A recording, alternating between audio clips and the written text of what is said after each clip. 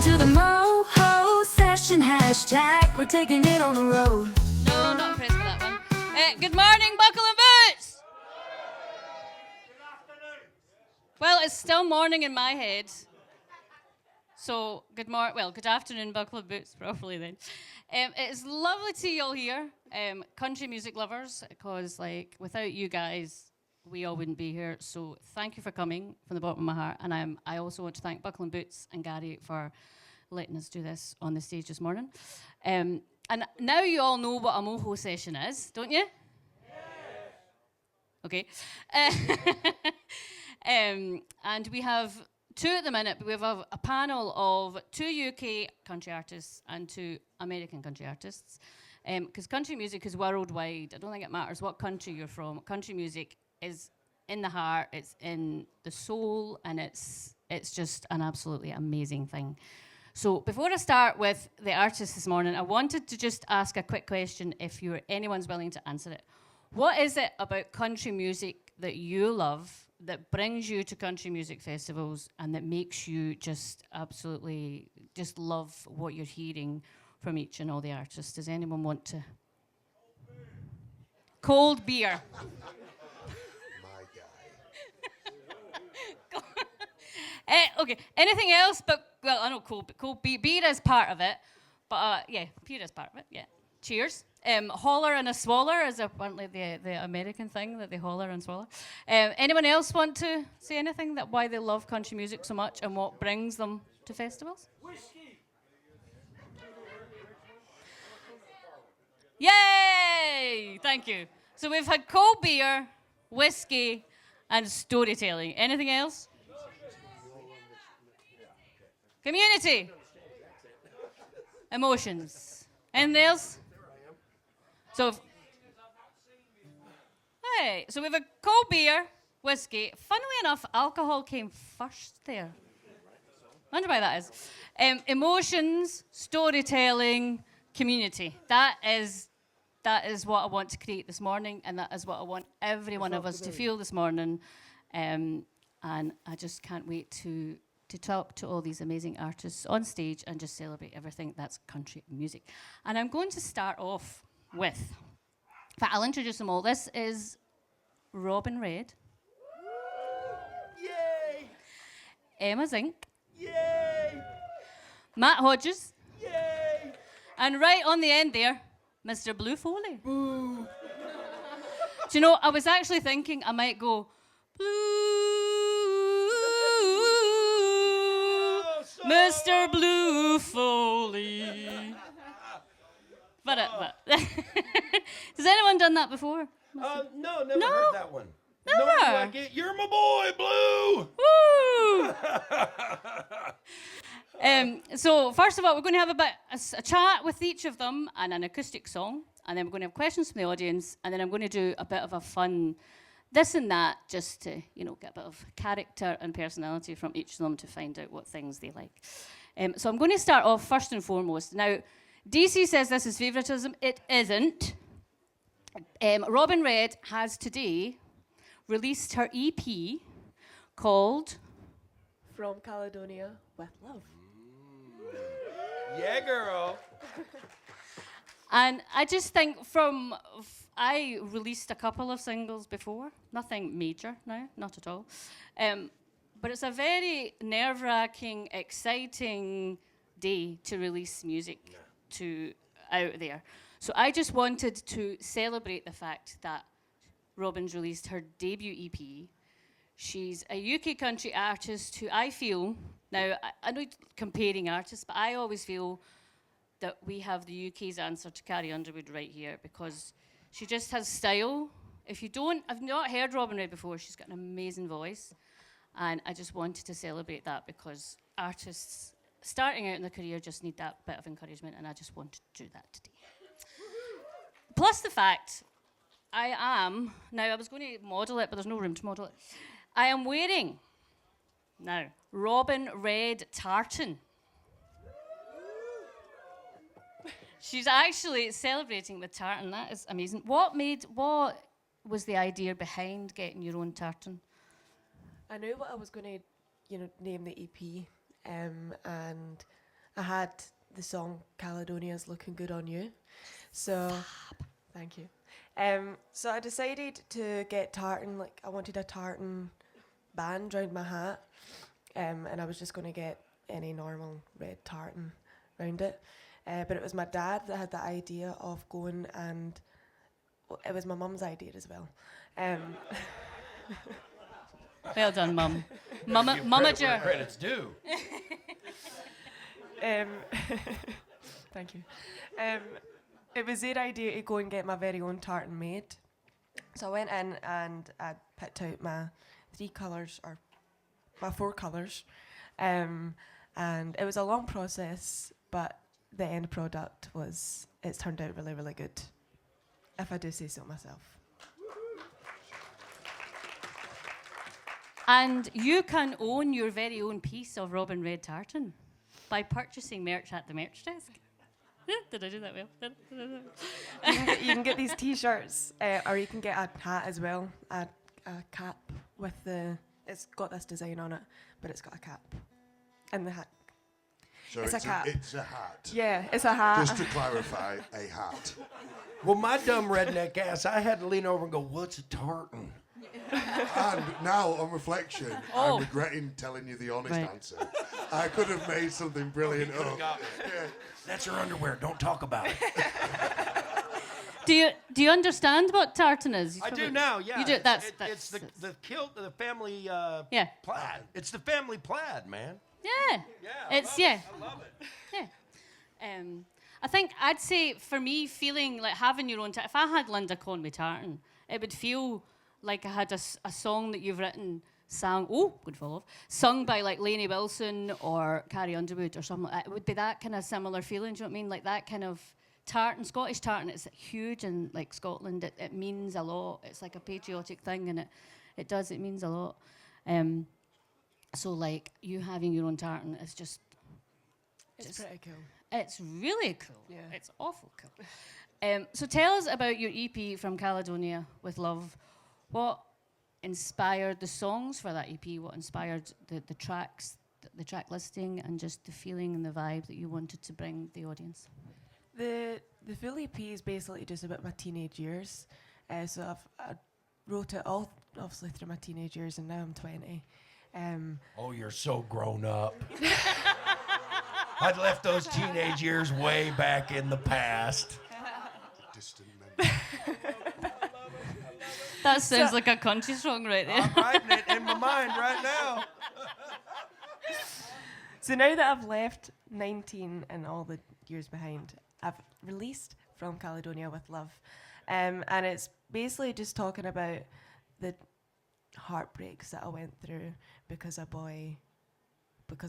Where is he? Is he here? I'll kick his ass right now. He's not here. He's back up in Scotland. Yeah. Well, let's go. We can go by train, can't we? And the very first track that's on the EP, From Caledonia's Looking Good on You, I wrote that to you guys, the audience, because whenever I come on stage, you guys welcome me as much as I welcome you guys into my set. So it was just basically how you guys make me feel whenever I walk onto the stage, and I related it to how Scotland also makes me feel. That is a good cue to sing that right now. You've just introduced it. Fabulous. This is Caledonia's Looking Good on You. It was co-wrote with Karen Waldrop, who's also an American artist. I hope you guys enjoy it. You took the chance to be here. You gambled with your time. You knew that this is where you wanted to be tonight. I see the light in your eyes, looking like the isle of sky. I know you know it too. Caledonia's looking good on you. I feel it in my bones. I feel it in my boots. I know one thing's for sure, and that's that I'm good go hell for you. I know I'm feeling alright. You're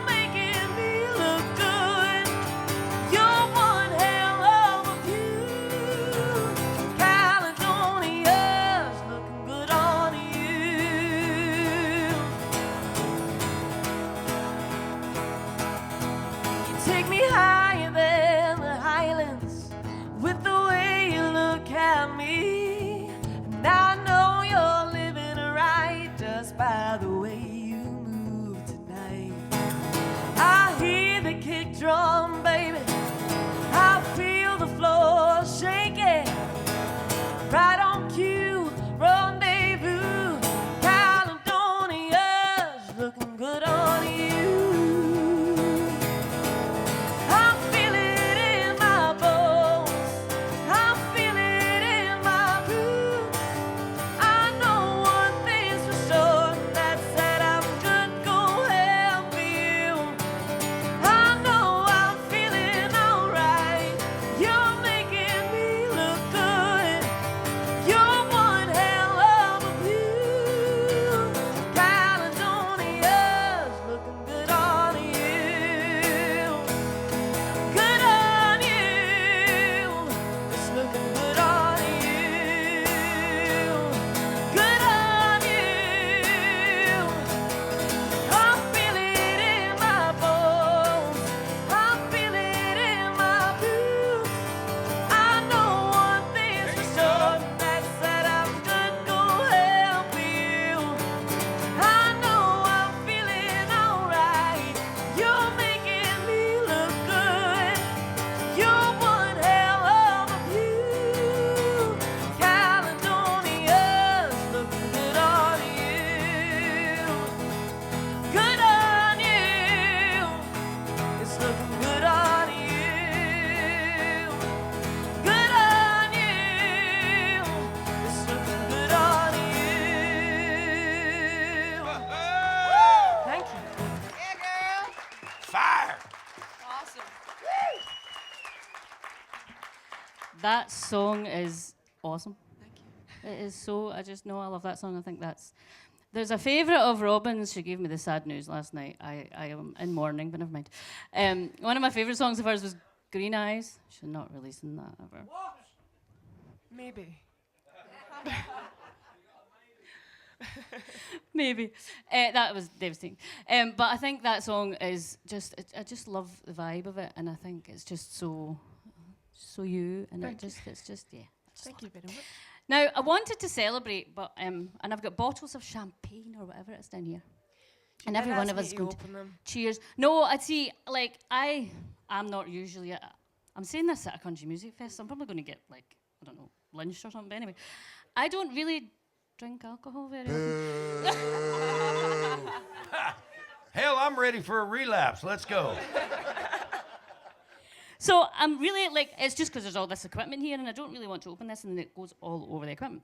So, does anyone out there in the crowd want to open these bottles of alcohol? No. I love it. Because I think we need to toast Caledonia. Looking good on you. Oh, you go. Oh, just stay away from it. Just take it away from the equipment. You're too near the equipment. All the cameras are now pointed at Will Hope. Yeah. Don't look at it.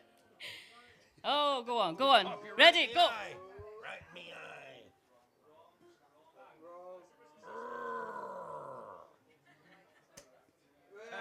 Hell yeah. That felt kind of disappointing, I'll be honest. That. It was actually, wasn't it? Dismayed. I was expecting fireworks and things, but I didn't get fireworks. Take two. No. I'll shoot it across the tent if you want. I was just expecting, because that's what I thought would happen, but because I don't, yeah. It's usually the can that I'm opening. Go on then. The audience are wanting, go on. Yeah. It's not a bad idea. Run!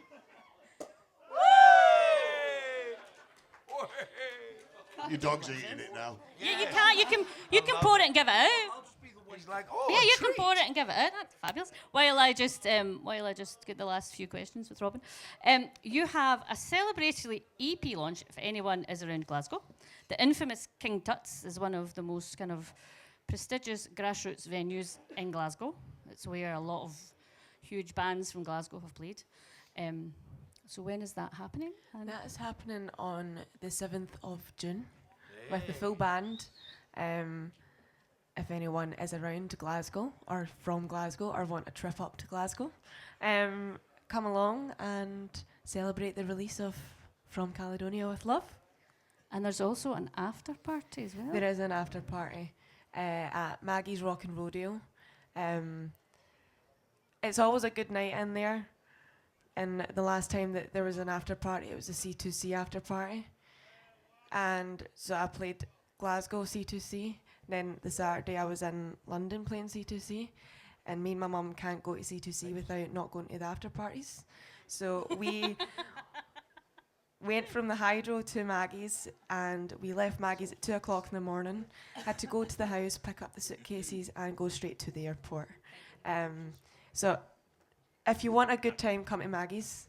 And also come to the EP release as well.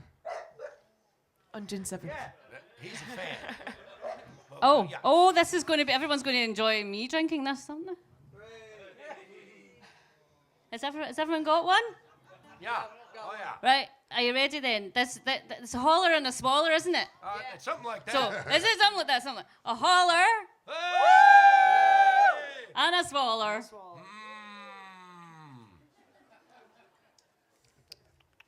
Hey, it's not bad that actually. I normally don't drink this. It's the wrong colour. But They morning always- booze. Don't worry, you can have mine and Emma's. We're both sober. I think I'm being converted. They always say don't do the holler and swaller backwards or else you'll choke. Yeah, that's right. Holler before you swallow. That's right. Yeah, that could be good. So, where will we see you around Buckle and Boots for the crowd to go and see you? Where's your set? Buckle and Boots, you can see me tomorrow night on the Paddock Stage at 9:35 with the full band. Oh. And are you going to play Green Eyes? I'm not. I'm sorry. Still time. I'll just maybe, I don't know. I don't do it later if there's time. If you come to King Tut's, maybe. Oh, the I'm gauntlet going to has have to been come to thrown. King Tut's now. Do you know the sit like? Yeah, I'll come to King Tut's then. Nothing beats a good bit of blackmail. This is really nice. I am now an alcoholic drinker. Yeah. Thank you very much, Robyn. No, thank It you is for a having pleasure. me. And congratulations again on your EP release and having your own tartan. Hey, girl! And just being Robyn Red because I love you. And I'm sure the crowd loves you too. Yay! Thank you. Now, moving on to someone I just discovered over the last few weeks. And my goodness, what a voice. And somebody to love me, can I just say, like, I cried. Aww. Every word. And I also, Dirk Bentley is a name that is very... Say that again. Dirk Bentley? Yeah. That was a very cool story, and Oh, like yeah. how your story started and how Yeah. your journey into country music started. Like Yeah. that's like just tell the crowd how I suppose who you are first of all, and that story because that's a really cool story. Absolutely. Yeah. So hi everybody. Hi, Emma. Hi Blue. My name's Emma Zinck. I'm originally from a town called Fredericksburg, Virginia. And I moved to Nashville about 8 or so years ago. But the story she's talking about, I think I was about 16 and I entered this competition called Country Idol. And I tried out the first time and I was like distracted. My friends were there and I wasn't focused and I didn't like make the audition. And then the next day there was another time to audition. So I auditioned again and then I made it. And then long story short, I ended up winning the competition and I got the opportunity to open up for Dirk Bentley, if you guys know who that is, in my hometown. And I was a senior in high school and I was about to open up or whatever. And then the guy from the venue calls me and he was like, hey, there's like too many openers, so we don't know if you're going to be able to open up anymore. And I was like 17 and like heartbroken. And I thought this was going to be like a really cool opportunity. So I used the power of social media. At that time, it was Twitter. Now it's X. And I would just like tweeted to Dirk Bentley. I was like, hey, like I won this competition. I was supposed to open up for you, like whatever. And then like my whole school like started tagging him, and the hashtag was like, let Emma Zinck open up for Dirks. And then like other schools in the county like started tagging him, and it kind of went like viral at the time on Twitter. And then a couple days go by and I get a call from his tour manager, and he's like, hey, I'm with Dirks, and he says that he wants you to open up for him. So it ended up being like a really cool experience, and that time he like knew who I was, and I got to meet him backstage, and he was like, good on you for like sticking to your guns, like I'm so happy I got to meet you, and ended up opening up for him, and it was just a crazy experience, and just being in front of a huge crowd, and I had a band, and we played mostly covers because I had like 1 or 2 originals at the time, and it was just a really cool experience, and that was like a pivotal moment in my life and career where I'm like, this is what I want to do for the rest of my life. And then the next year I moved to Nashville, and it's been a good journey, and here we are now. Yeah. Wow. Thanks, Dirks. Shout out to Dirk Bentley. Linda, did you know I met Emma 2 or 3 days after she moved to town, Yeah. and that's the first time I've ever heard that story. Really? That's awesome. Yeah. Way to dig, Linda. Good job. Yeah. Yeah. Research. Yeah. That's right. Research. Yeah. No, I just think that's just such a cool story, and it just shows if you love an artist and you want them to do well, the support is the most vital thing Absolutely. that an artist can have. Yeah. It's like an artist isn't an artist without the supporters. For sure. And that story just, like when I heard it, I was like, that's just so cool. And the fact that you didn't give up as well, because like, for me, the words music business, don't go together Yeah. at all. Absolutely. Like music, for me, music makes me feel something. It makes me laugh. It makes me cry. And when you're sitting there listening to songs, listening to your favourite track on their stereo, it's you and the song, and there's no business, there's nothing else. It's an escapism. Yeah. So then when you go into the business world, then it's a product, and you're trying to sell it, and you're trying to put it in a box, and Right. it doesn't work like that. Yeah, it's a really hard thing to balance, especially as an artist, where you're like trying to do something that is like authentic to you, but then you're also trying to appeal to the industry. But at the end of the day, I think even more now, like where radio is kind of not as powerful as it used to be, it's like the audience is like what's the most important. I Yes. feel like for sure. I agree, for sure. So Good. it's almost like now it's like the game is like, well, blow something up on TikTok, and it's like, as much as that can be a pain in the ass, it's like, well, then you have the audience that's going to tell you what they want to hear, which is really cool, versus a label telling you like, you should cut this song or whatever. Yeah, I think it's cool. I think that must be very hard to navigate as an artist when you're sitting in a room trying to create something or create the next big hit or create the next big, because like that's a lot of factors in your head for a start. Yeah. Like, what do the radio want to hear? What do my fans want to hear? What do I want? What does this person who's an expert in the industry, he's telling me that it needs to sound like this? Like that plays havoc with creativity, if you ask me. Yeah, and I love that you love Somebody to Love Me, because that song was the first co-write I ever had in Nashville before I got all the things in my head of like, you need to write it like this, or it needs to be commercial, or it needs to be whatever. And that song was just like total raw emotion. And I feel like that says Okay. something because it's stuck with me this long. Well, you're all about to hear me cry, because that's the song I want to hear now, if you don't mind. you got it. You got it. Absolutely. Do you have a pick by chance? Thank you. Sorry. Appreciate you. All right, this is a really sad song, so I'm sorry to bring the mood down. Sad songs make me happy. Yeah. Yay! That's Yep. a true thing. That. Me too.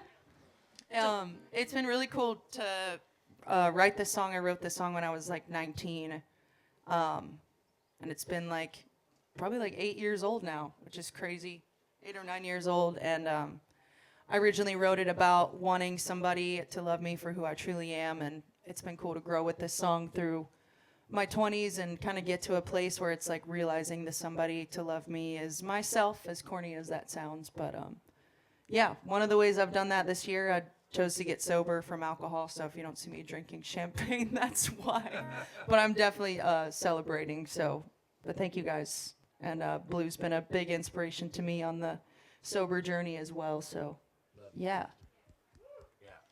This one's called Somebody to Love Me. It's out everywhere. Go check it out if you want. It goes like this.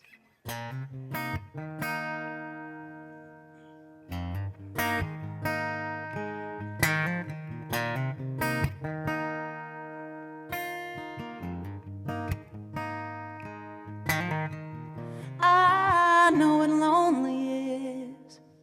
I know where broken lives. Don't wanna go back home to it tonight. Love's velvet knife cut me so sweet till I feel alive. I'm so tired of waking up to goodbye. And I just want somebody to love me. Someone who won't judge, someone who won't judge me. Is it too much to ask to have something that lasts for more than a month, more than a year, more than the buzz from this cheap beer? I just want somebody to love me.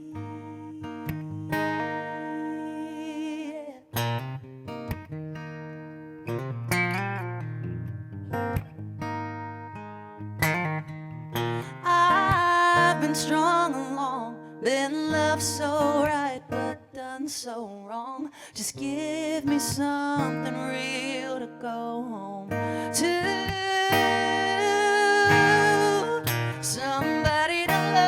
Somebody to love me. Someone who won't judge, someone who won't judge me. Is it too much to ask to have something that lasts for more than a month, more than a year, more than the buzz from this cheap beer? I just want somebody to love me.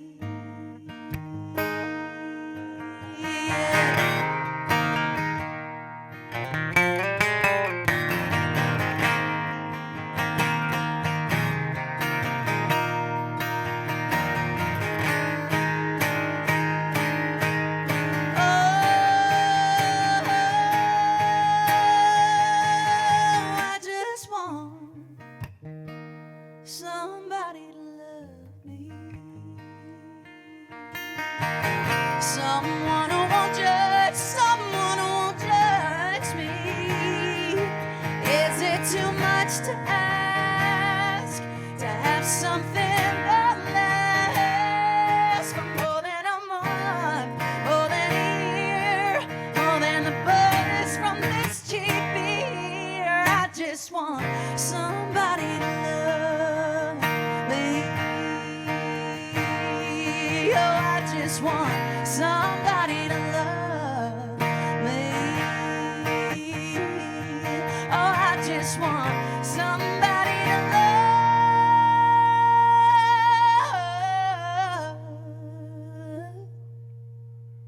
me.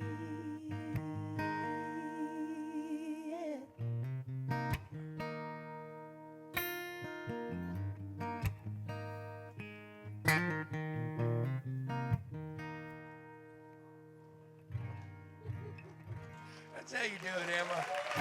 Thank you so much. Thank you. Man, I got goosebumps on that one. Thank you so much. Oh, that's my song right there. Oh, honestly, that the first time I heard that, it was just, I think country music, that's what I love about country music. Like with Caledonia's Looking Good on You, like up, right, and then right to like the heart of how someone feels. And just like, that's lead out there, right there. And like, that's what gets me. That's what I love about music right there. That's like, that's you just sharing your heart and soul, basically, in a song. Thank and you it's so just, much. I just love it. Thank you for the pick. Love it. Appreciate you. Absolutely amazing. Thank you. But not only that, she's got some great upbeat. Honestly, this songs you've released, I was like, honestly, it's so great. Your song "Country Enough." is absolutely cool. If you've not heard it, you really need to look at it. It's like, it's just so cool. Like, Thank you. that discussion about what country music is and isn't that happens all the time. Yeah. And you give a very good answer. Thank you. Like, what inspired that song, and what, like, because you've got lots of very famous musicians mentioned in that song as well. Is that right?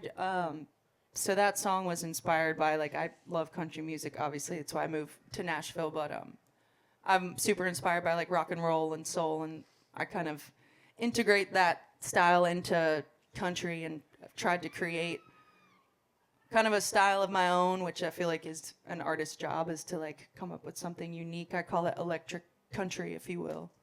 And yeah, so many people in Nashville have been like, oh, like, you're great, but, like, we don't know where to put you, or you're like, you're not quite country enough, or whatever. And that was kind of just like a song, like a stick it to 'em kind of song, for sure. Well, And also just like not only a song for me, but a song for people as well. Like, no matter where you come from, if you work hard and you stay true to yourself and you believe in something, I think anybody can be country, you know? Yep.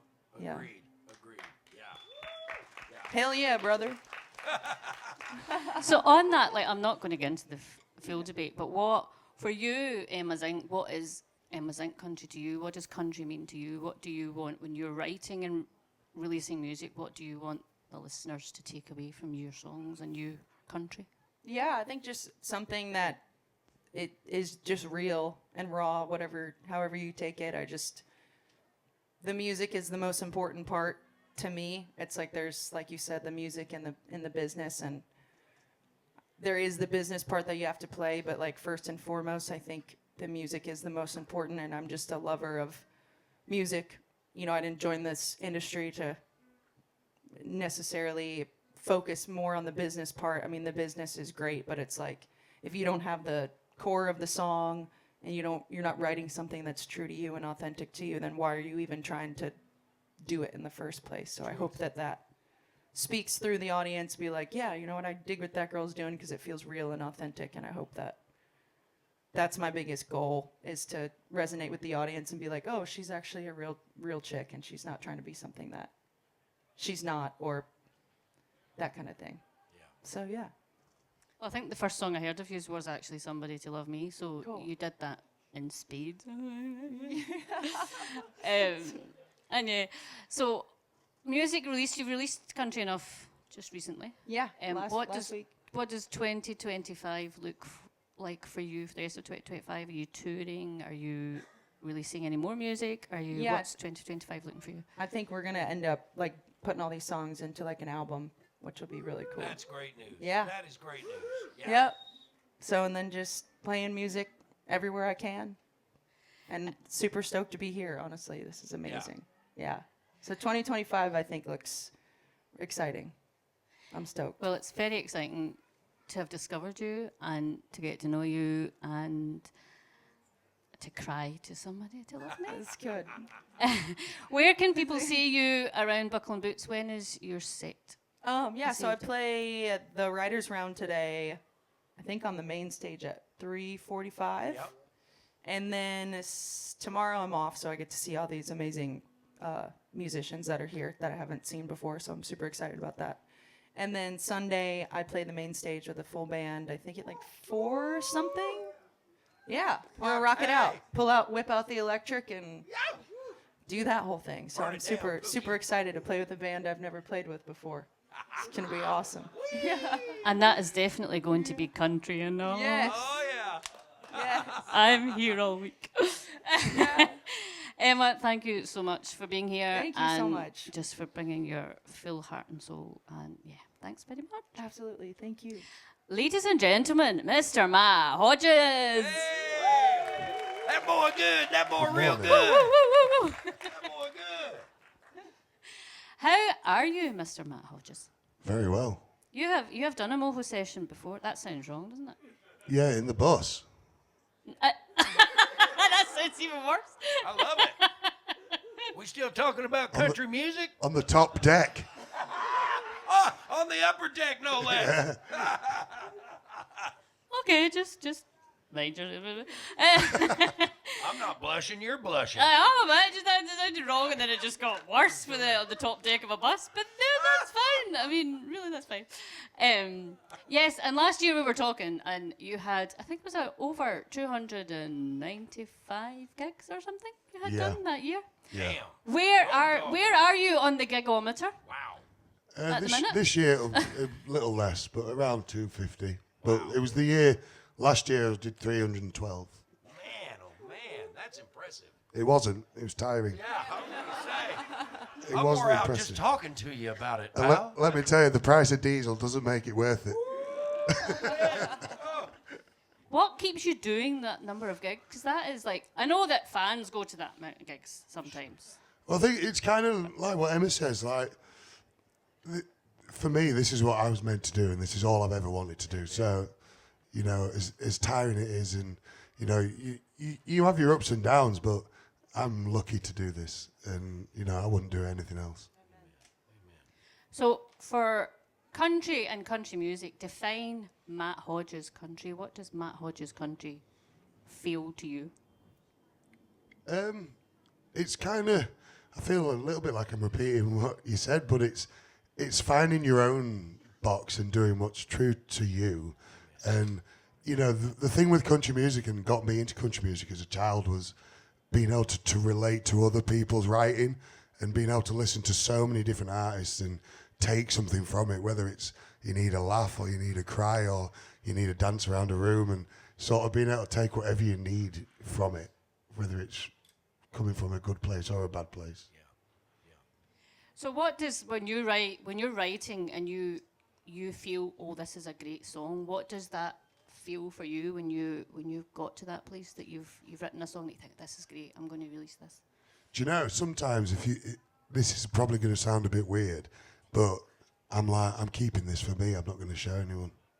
Now I want to hear. As now weird I as wanna that hear, sounds. I want to hear an album with that title, and you release all the songs you don't want to. Well, I did a round with Kezia Gill the other month, and I played loads of stuff that I've not played before, and she was like, where have you got all these songs from? I'm like, there is a few in the back catalogue, but you sort of, these sort of things and doing writers' rounds are great sort of ways to test songs as well. And, you know, that's the good thing with country music fans as well, and the people who come, they come and tell you, you know, and that sometimes you might play a song and think, oh, I'm not sure about it.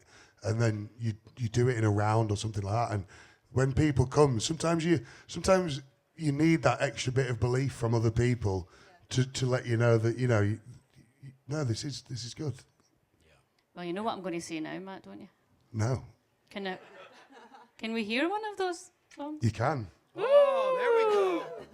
So technically this is unreleased then. This is unheard. Ah! Yeah! All right. And Is this an exclusive, Matt? it is. That's great. And so I was here last year and met a girl. And she's back here with me. So we made a year and I wrote this song for her.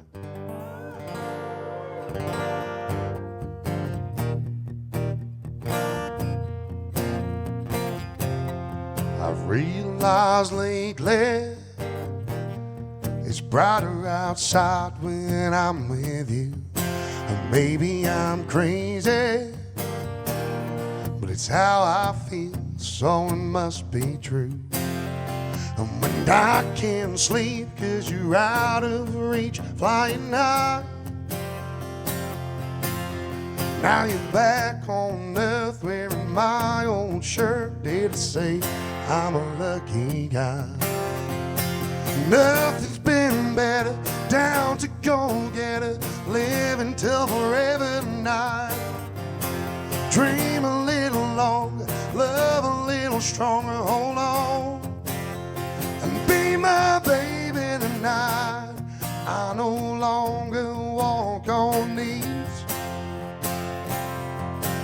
and a gift from above I hope, but can't believe that heaven must have helped me.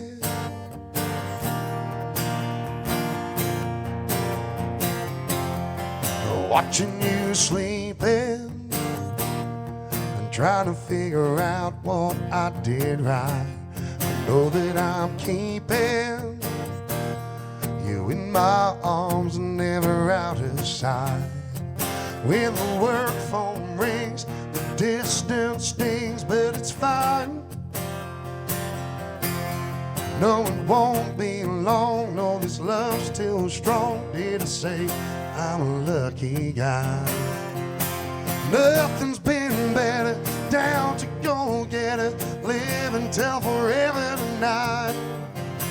Dream a little longer, love a little stronger, hold on and be my baby tonight.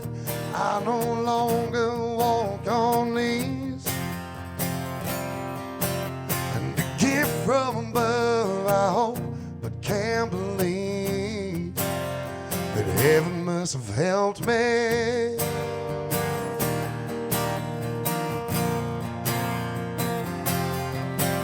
It might seem tough, the waves get rough, there's nothing we can't be. No, it won't be long, this love's still strong, you're my queen. It's you and me, there's nothing's been better, down to go get it, live until forever tonight. Dream a little longer, love a little stronger, hold on and be my baby tonight. I no longer walk on these, and a gift from above I hope, but can't believe that heaven must have helped me.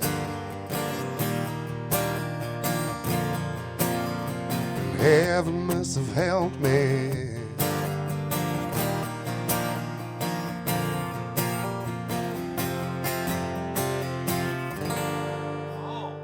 Yeah, buddy.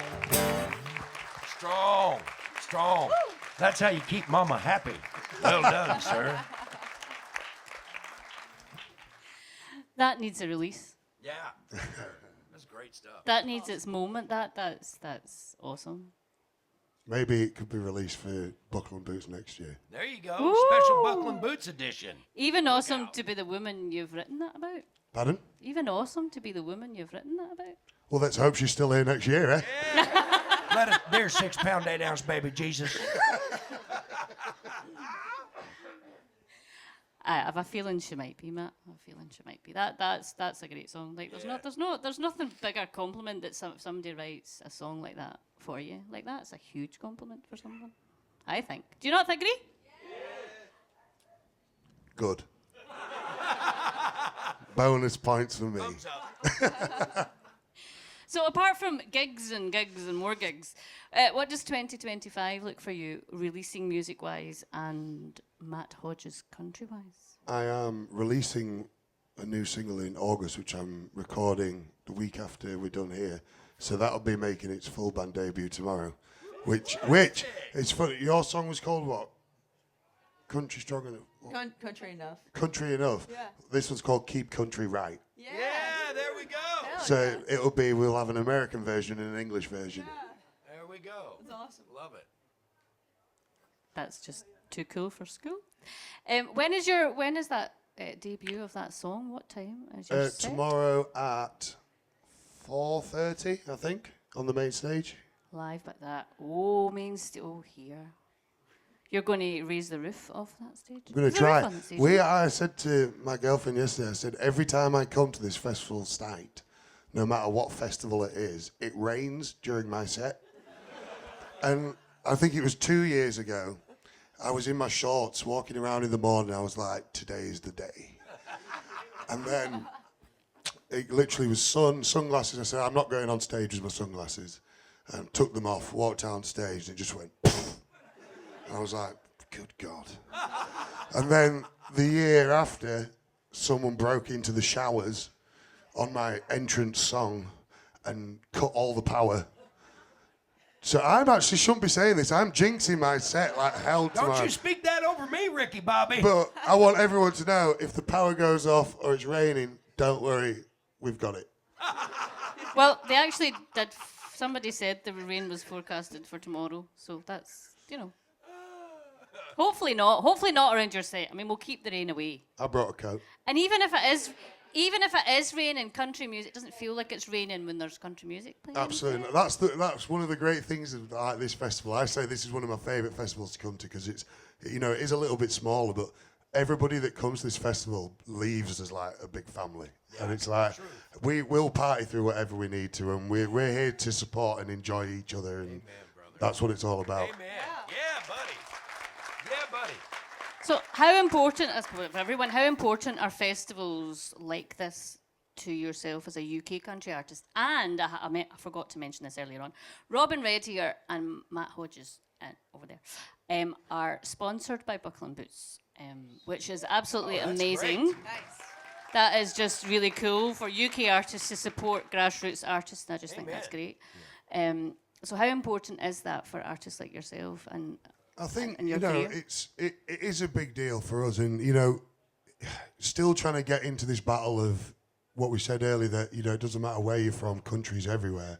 Yeah. And, you know, we want just as much of a chance as everyone else, and, you know, we're never going to compete with Nashville. We're not, and that's, accepting that is a big thing, but being able to come to these and people who aren't here for you, then sometimes it works out that they leave being a fan and a friend, and, you know, it's very important for us because it's, even though we do a lot of shows and stuff, it's being around the amount and like-minded people. It's, you need festivals for that. Yeah. So we're always really grateful and lucky to be a part of it, and Buckle and Boots have been amazing for me for the past sort of 4 years, and yeah, it's great to be a part of it.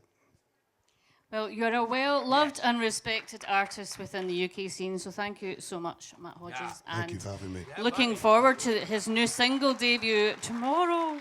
And what's the name of the song you're going to debut? Keep Country Right. That's right, Keep Country Right. There's a line in it that you both will actually appreciate. So on the in fact, I'm going to play just one line. Yeah, do it. Moving on fast, now we're here today. Country music moved up the scene. I used to go to Nashville, used to hear a twang, and now I hear the woo girls scream. It's Broadway special, that. So true, dude. That is an absolutely accurate couplet, my friend. The The pedal Woo taverns Girls. make me so mad Oh sometimes. my God. I'm like, why? Yeah. I've still never Go back to done one. Vegas. Yeah. Now, ladies and gentlemen, we have songwriter, singer, businessman, founder of Nashville Nights. Have I missed anything out? Bullshitter extraordinaire. Mr. Blue. Now, by God, Mr. that's an intro. Blue Foley. Now you want to be introduced like that all the time, don't you? Yeah, I could do that. That could be my walk-on music. I'm not scared at all. There we go. There's a riff. You have got so much experience in country music. Yeah, that means I'm old. No, I didn't see that. Did no, I did. I'm proud of it. I wear my age well. I look good for 53, baby. So over the years, what has country music looked like and sounded like since you've been in? Oh my God! I mean, I went through the bro phase, the FGL phase. I mean, I've lived through all kinds of shit as a songwriter. I mean, man, I couldn't tell you. 23 years in Nashville, I've been a part of launching 5 different artist careers as far as writing songs that got them record deals and got them noticed, and it's been all different types. I mean, it's been modern country, it's been traditional country, it's been pop country, you know, electric country. I've got some great songs with Emma that are in Emma's vein and lane, and as a songwriter, that's really my job. My job is to get into the passenger seat and write something that you want to sing 365 days a year. You know, and that's not an easy task to do. You know, I do my homework, I look at the artist, and then, you know, we've spoken a lot about authenticity. And it is so important. And what I've found, Exactly. The come- dogs, come even the get in dogs my agree. lap. Come get in my lap. But what I've found is that what levels the playing field about, you know, what do I do? What do I do as an artist? Who do I please as an artist? Yourself. It is of all the emotions, authenticity is the one that connects directly. It transcends distance. It does not recognize distance. And people can sense it within the first 4 seconds of hearing a song or seeing a performance. And as long as you know what that true north is for you, it levels the playing field. Just like the way, I mean, those just in that couplet that he just played now in his new single that's coming out, I felt it because it was there. That's real about how you feel about keeping country music right. And that transcends everything. So, yeah. Yeah, that's the kind of, I've been discussing with a lot of artists and a lot of lovers of country music, what country music is and isn't. And I was talking with an artist recently, and we came to the conclusion that country music is a feeling. 100%, yes. Like it's like country music can write about like songs. Because there's a song, I can't remember, I think it's the Isaacs, I think that's who it was. They wrote a song, I think it was about cancer, and it was the whole kind of journey of someone being diagnosed and treatment and all that kind of thing. And we were just discussing how amazing it is that country music can write about anything and everything. It really can. It can span the gamut of subjects. You can write about family. Well, unless you're writing about Nashville country, then it's trucks, beer, fires, girls. I'm teasing. And booze. And booze. A lot of booze. And throw it all into one. You've Yeah, done- and put it on Broadway and charge $15 a beer and watch out for the throw up. That sounds like you're writing a song right there. Yeah. Working on my next release. Of all the songs you've written, I don't, you've probably not got a number. Like, is it like hundreds, thousands, millions? Thousands. I would say, I mean, it depends on, when I'm in a publishing deal, it's a different situation. Like I said, I'm old. I've had some success, and I own my own publishing company now, and I share that with a partner. So I really get to be choosy about who I work with, why I work with them, which has been great. But there's been times in other publishing deals, as I was trying to make a name for myself as a songwriter, it wasn't uncommon to have 12-song weeks, where I was writing 12 completed songs per week, turning them in as a catalog, and grinding that in and out for years, not just weeks, years. 12 songs a week for years. Is that a difficult process? Like, do you feel that you lose feelings if you're writing that many songs, or do you Here's feel why. inspired more? As an artist, that would be very difficult. As a songwriter, the trick is to have a huge circle of writers and artists that you work with, and then you never hit the wall. You never get writer's block. I've never, in 23 years, ever had writer's block. Now, technically, if I was trying to write things on my own, absolutely, I would hit a wall. But I know who to call.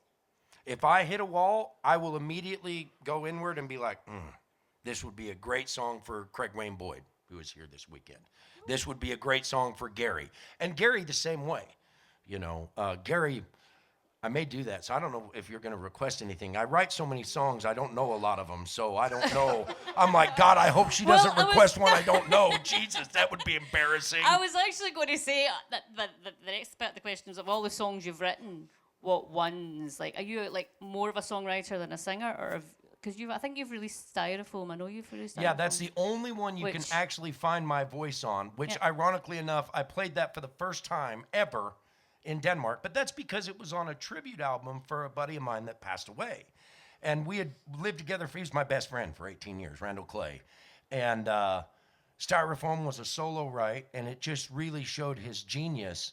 And I'm going to let you guys go check that out, because if I put you through that torture right now, I don't know.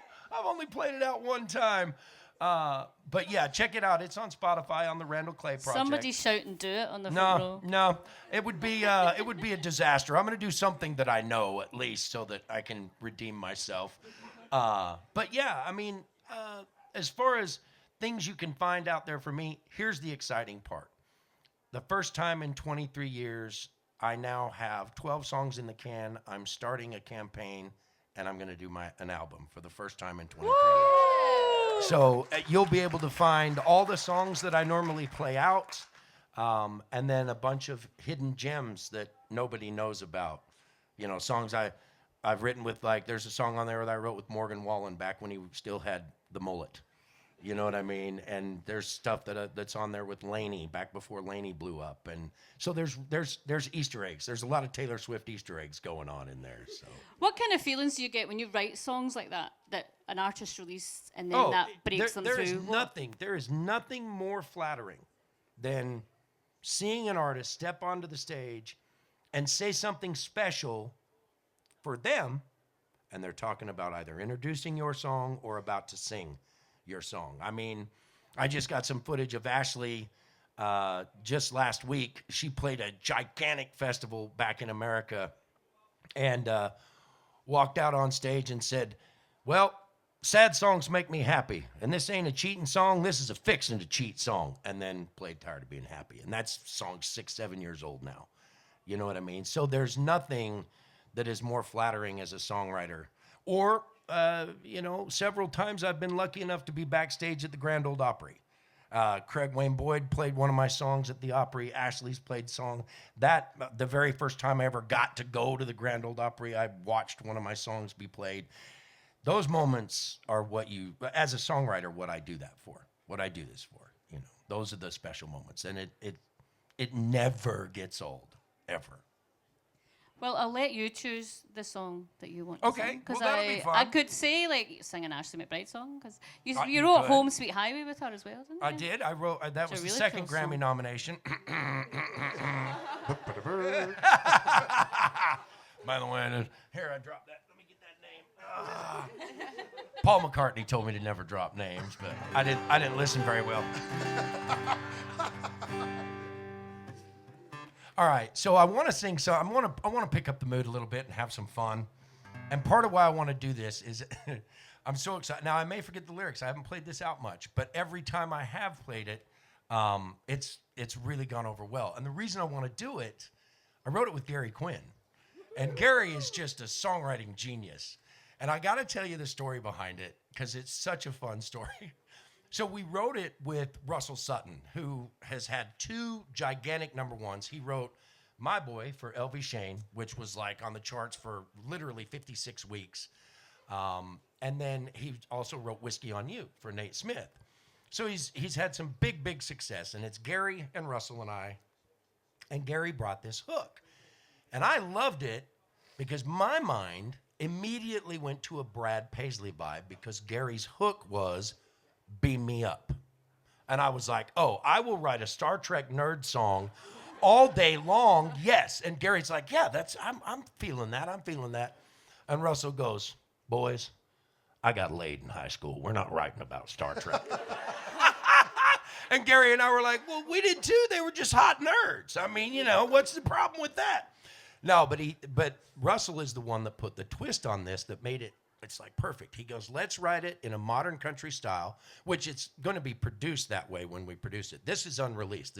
Nobody's heard this. You can't get this anywhere. So I'm excited about it because we are going to put, yes, it's definitely exclusive.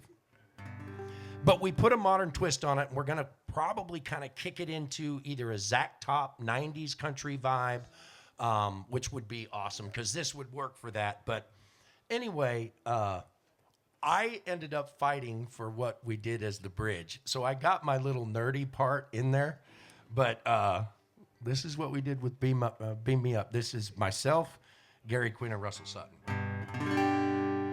Well, it didn't really hit me till she hit the road. She went and left me where she told me to go, and I can't go home, so I guess I'm gonna get gone right here. And if I'm gonna make her goodbye eyes disappear at the speed of neon light, I'll tell you right now, it's gonna take more than a beer. So beam me up with an ounce and a half of something from Kentucky, 'cause she ain't coming back. Tequila makes me sad and she drank Jack, so F all that and just beam me up with a 2-for-1. Forget her round, put a hurtin' on the bourbon, burn her memory down. Take my money and the keys to my truck, and bartender just beam me up.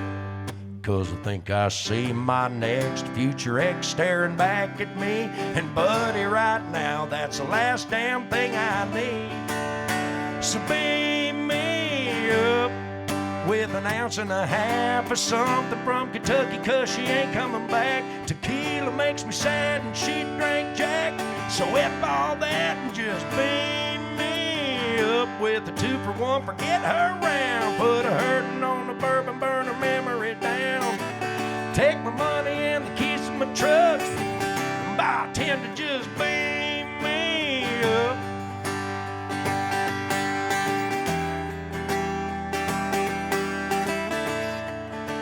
Here comes the nerdy part.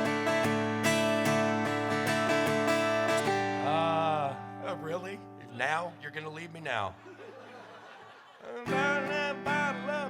Oh, her memory's shooting back shot for shot. So turn that bottle up on these rocks. Damn it, Jim, give me how you got. Beam me up with an ounce and a half of something from Kentucky, 'cause she ain't coming back. Tequila makes me sad and she drank Jack. So F all that and just beam me up with a 2-for-1, forget her round. Put a hurtin' on the bourbon, burn her memory down. Take my money and the keys to my truck and buy 10 to just beam me up. That bridge tried to disappear on me, but I tractor beamed it right back into my mind. That's awesome. Are you putting that on the album? I would like to, yeah. We talked about that. I think I will, because it's just too much fun. And we'll put a really 90s Zach Top spin on it and make it fun as hell. So, yeah, we'll just put it on. What the hell? Why not? So you're touring as part of Nashville. Oh my right? God, I've So, been in Europe since April 29th, and I won't leave until June 9th or 10th, I think. It's been amazing. Wow. We started in Denmark. We did a week, and then Craig and I went up and met Stiko, who's an amazing Swedish artist, Swedish country artist. And we did a week in Sweden, all Nashville nights, basically what we're doing now, telling some stories, playing some songs. And now we're here, which is this is one of my favorites. I literally made a backdoor deal with Gary. I'm like, look, buddy, we got to have Nashville nights at Buckle and Boots every year. You come to America, I'll hook you up with anything you want. Come on now. Come on, let's get this worked out. But yeah, I love Buckle and Boots. And then we go back to Denmark, and it's another 2 weeks of sold out shows. Almost everything is sold out, you know, so. So like we're talking about like loving country music and stuff, and Yes, you're ma'am. touring the world. So what reaction does country music get in It's other amazing. parts of the world? So this year alone, by the end of this year, I will be in 11 different countries. We started in Panama in January, then we went to Iceland in February. I played several different states in the United States in April and then May. You know the tour we're on here. And then September, we're doing the Faroe Islands before we do the festival in Denmark. Then I'm flying to South Africa, and we're doing Johannesburg and Cape Town. Then I'm flying to Australia, and we're doing 5 different cities in Australia all this year. So Nashville Nights is just, whoa, blowing up, right? I'm so excited. And here's the magic. It is so amazing, even in Panama, Central America, where they don't speak English very fluently.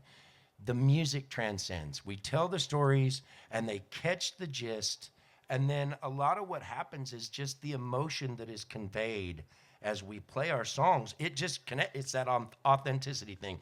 I think there's a true human factor that just draws people, because, you know, the perfect example, we play with local Icelandic artists who sing songs in Icelandic, and then, you know, obviously Stiko sings in Swedish, and I have no idea what they mean, but like he's got one song, he gets done, I'm ready to take the hill. At the end, let's take the hill, boys, let's go. And somehow, even though I have no idea what that man is singing about, and I asked him, he goes, well, it's actually a song about intro self-reflection and self-healing. I'm like, yeah, let's take the hill. Because it's like a, you know, it's a real chunkin' vibey thing, you know. But the point is, to answer your question, it transcends the language barrier. It blows the language barrier away. I think it's just a music thing. It's a beautiful music thing. It connects at a heart level, you know. And how important for you as a songwriter and as a businessman and as a tour promoter and as a publishing company festivals like this to promote music and to bring it to? Oh, I the was countryside? very serious about when I cornered Gary and said, I want to be here every year. I want to send writers here every I year. thought you were joking. No, that is a God's honest truth. First of all, I met Gary through our festival at Nashville Nights in Denmark. That's how we met. And he's quiet and a little bit soft-spoken initially, unless he's had a few to drink. Then he's quite lovable. 4 beers later. Yeah, it's a 4 different beers later, story, he's your let me tell best you. friend. He's get them people meters in him and look out. There's definitely a theme this morning. Drink is all. Yeah, right? Get you some. But when we really connected, and I knew that I would really be able to, even if it's not me, like I said, bringing Emma and Craig, and next year, whether I come back or not, I want to be able to work a Nashville Nights package in, because I think it lends a cool element to this festival, plus the relationships that have come out of us being here with Katie Rigby and Luke Fleer and Robyn. And I mean, all these people have been reaching out to me. And for example, we did this in Denmark. Glimp B, who is now here this weekend, they reached out. They came to our festival. We met them on Spring Tour. They came to our festival. I said, hey, if you guys ever want to come to Nashville, look me up. They did. I set them up with huge hit writers that they would not be able to get in the room with otherwise. I'm not bragging, I'm just being honest, because they deserved it. They were great. They were nominated with that record for 13 ISSA awards, which is the International Songwriting Association, and then got narrowed down to top 3, and they're up for Single of the Year, Duo of the Year, and Album of the Year. And I offer that to all these people. So, I mean, that's my point, is the relationships. Robyn and I have talked about working together on some music. Woo. Yeah, I mean, it turns into, Jade Halliwell, Luke, we've got songs that are on, we do a songwriting record, Volume 1, Volume 2. We do a songwriting record every year, which I have a few limited copies of. They're amazing. They're vinyl. So there'll be in the merch booth. It's streaming as well. I listened to that. Actually. Yeah. It's a really cool. Yeah, it's really great cool stuff. vibe, But yeah. that I think is for the festival, the importance, it's the relationships. Like getting to sit on stage with you, it's an honor. I mean, you do really, really well here. And I would love to say, anytime you want to come to America and do some writing, yeah, I'm serious. Get on. Listen, Let's go. She was saying how busy I am. I can always make time. That's right. Make Let me tell time. you, And I don't need sleep. yeah, I don't either. And the point is, like, come to Sweden with us. Grow your audience in Sweden. Come to the Faroe Islands with us. Come to Iceland with us. That's my policy. I have that open heart. Emma can attest to that. She's known me her entire career in Nashville.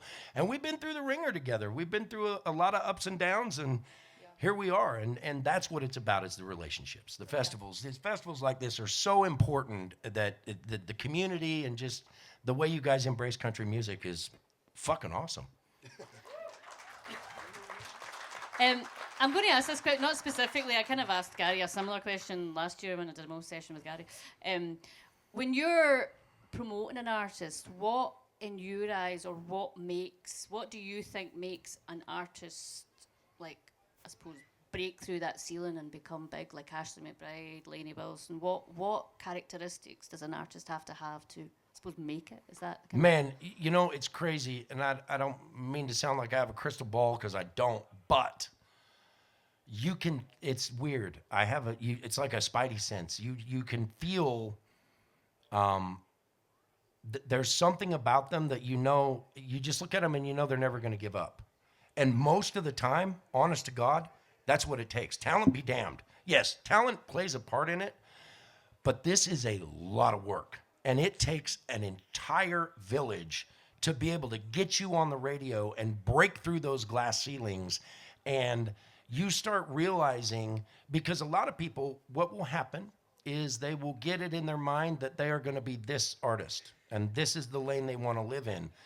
And they'll go die in that lane, because you had mentioned earlier, Emma, having the social media connection with you guys is critical. Yes, it is a pain in the ass, but we get immediate feedback on what they like. Then it's up to us whether that is authentically us, or whether we want to portray that, or whatever that is. And so you like, the day I met Ashley, I knew, It wasn't the same for Emma, but Emma was, 17 when we first met? Yeah. And so I'm like, okay, she's so young, but now There's no doubt in my mind. And I mean, I knew it years ago.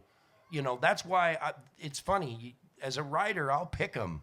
And even when they're nothing, I'll be like, hey, come on, let's write some stuff. Let's stay, you know, and you keep that relationship going because you know in the long run, it's going to pay some bills.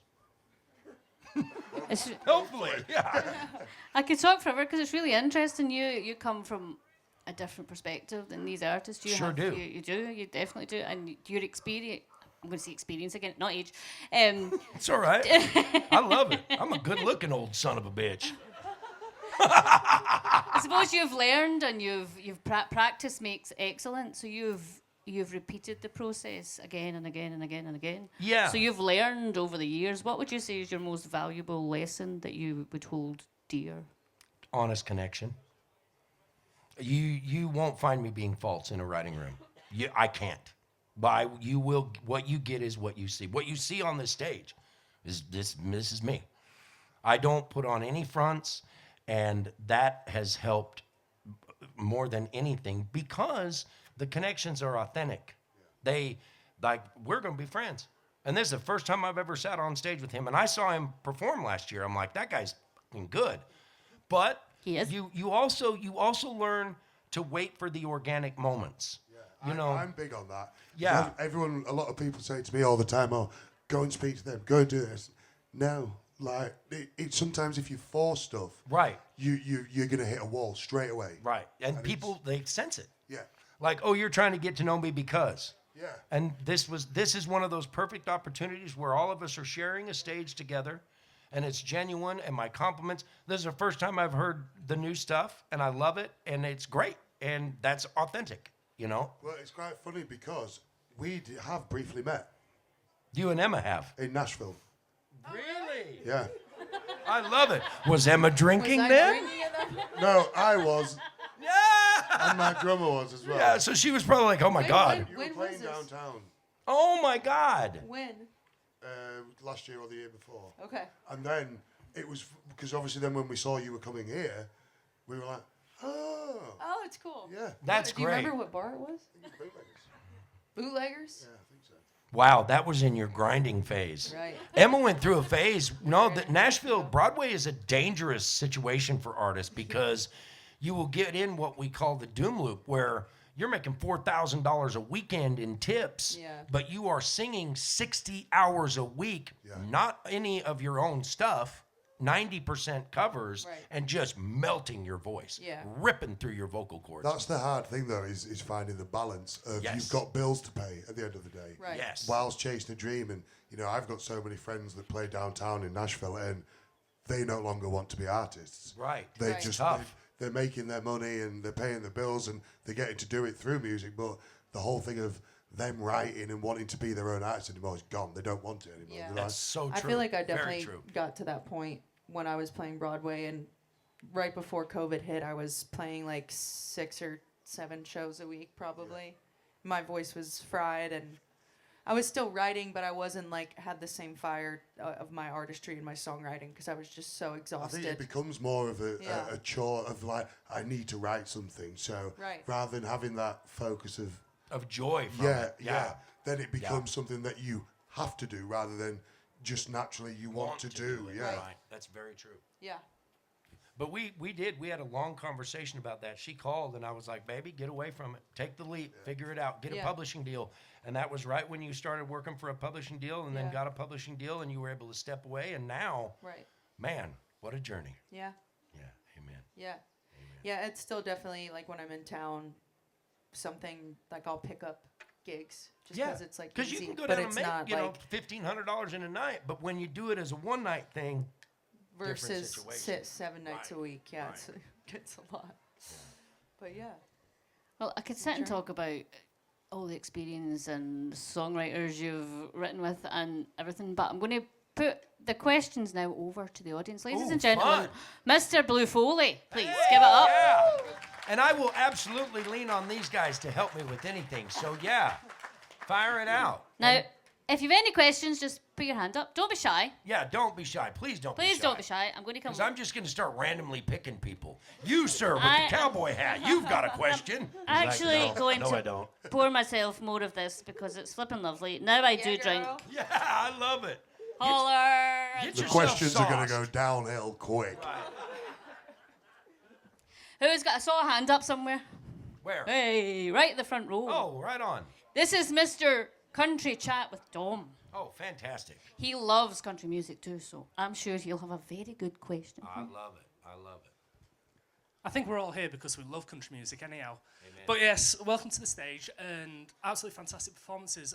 Question I've got is, we've had happy songs, we've had sad songs, and we've had a lot of discussions about that. Is there any songs that have been that personal that you've not been able to release yet? I think we should each take this answer. Why don't we start with Robyn, and let's each, because I think we've each got an answer for that. Yeah, that's a great question. So what do you think, Robyn? Yeah, I do. I do. Thank you. Good night. There are some songs that I've not yet released, and there's one that is a very, very personal one that I don't know if I will ever release it, or if I want to maybe rewrite the song and release it as a rewritten Hi, I'm version. Blue Foley. I'd love to take a look at that with you. No, it's We will usually talk about those that gems. after. Yeah, it's usually those that are pay dirt. Yeah. Yeah, they always say that songs that you feel like that about, when artists have always said when they release songs like that, we're always too afraid to release, then the connection and the feedback from the listeners that they get when they've done that, not that I'm just encouraging you there to release it. Yeah, But I think you also get, like, if you have those moments of this is like an emotional song and like it means a lot, to then, you know, put it out there and someone come and tell you that they've connected to it. Like when you said you listened to Emma's song and you connected to it and, you know, you cried through that, that actually makes that worthwhile then. Like, because you think, you know, you wear your heart on your sleeve writing music and, you know, so yes, you can sit down and make stuff up and write songs, but, you know, a lot of it does come from in here and you're basically putting yourself out as a target and showing people your strengths and your weaknesses. So it's always great when someone comes back and says, you know, that they've connected to it. So it's sort of finding the middle ground. Yeah, very true. Very true.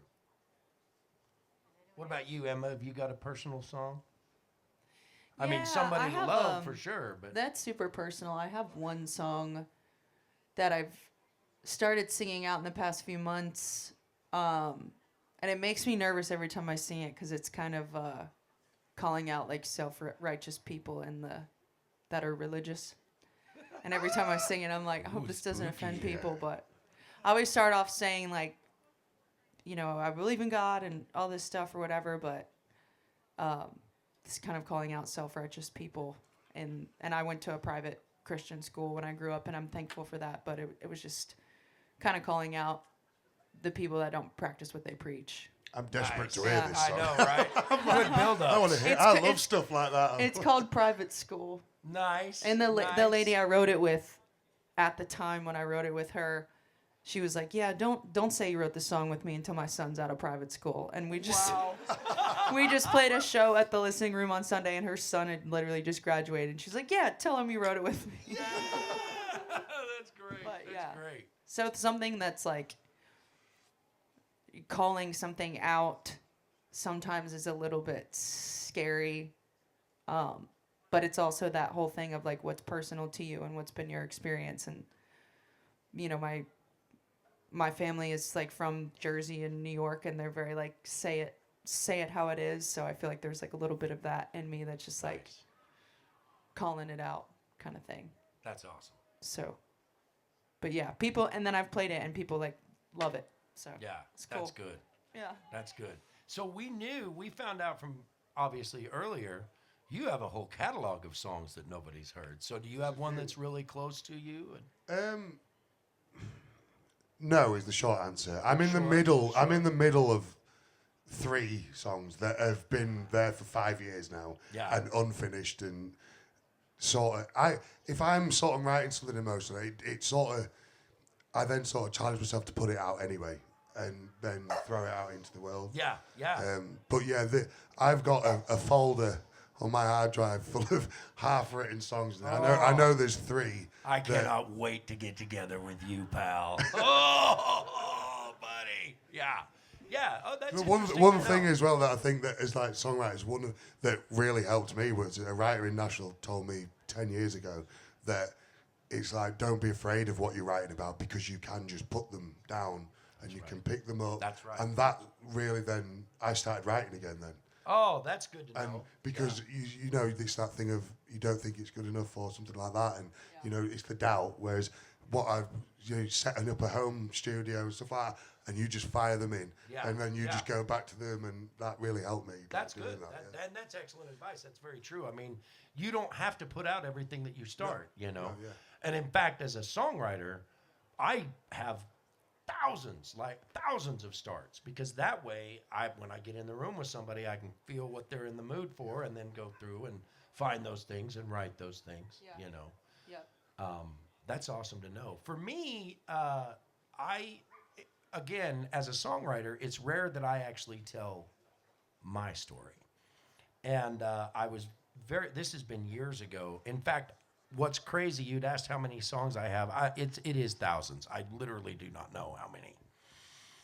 But I can count on one hand how many are about me, which is pretty crazy when you think of all the writing that I have done, how many times I've actually put myself in the driver's seat. And it's one that'll be on the record, one that I play out. It's My West. You've heard that. Yeah. And yeah. My West it's about the girl that got away.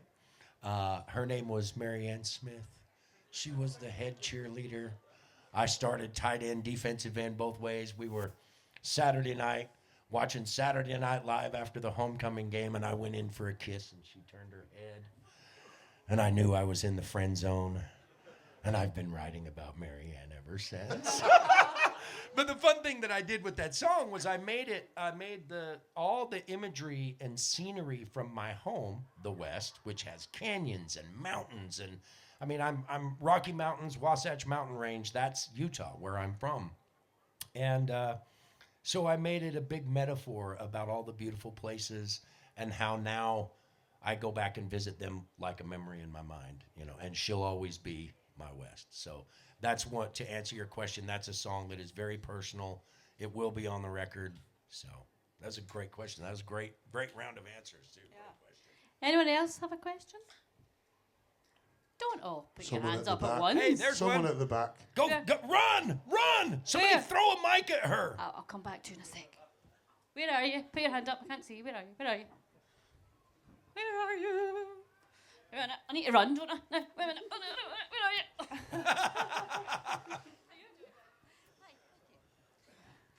So, do any of you have a particular song artist that was a pivotal moment for you that Oh, hell led yeah. you into country? Yeah, let's do that again. So yeah, let's see. It was a kind of an add-on from the last question. Yeah, I get that's that, but great. being a bit more specific. Wait, so what artist got us into country music Or song. or Or song? song. Or song. So I was sitting in the back of my best friend's dad's car. I just stayed over at hers, and we were going to McDonald's to get us a McDonald's breakfast.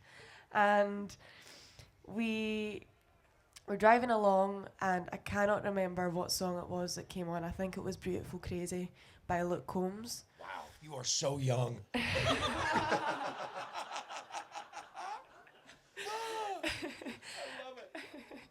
And I started listening to Luke Combs. I started listening to Ashley McBride. That a girl.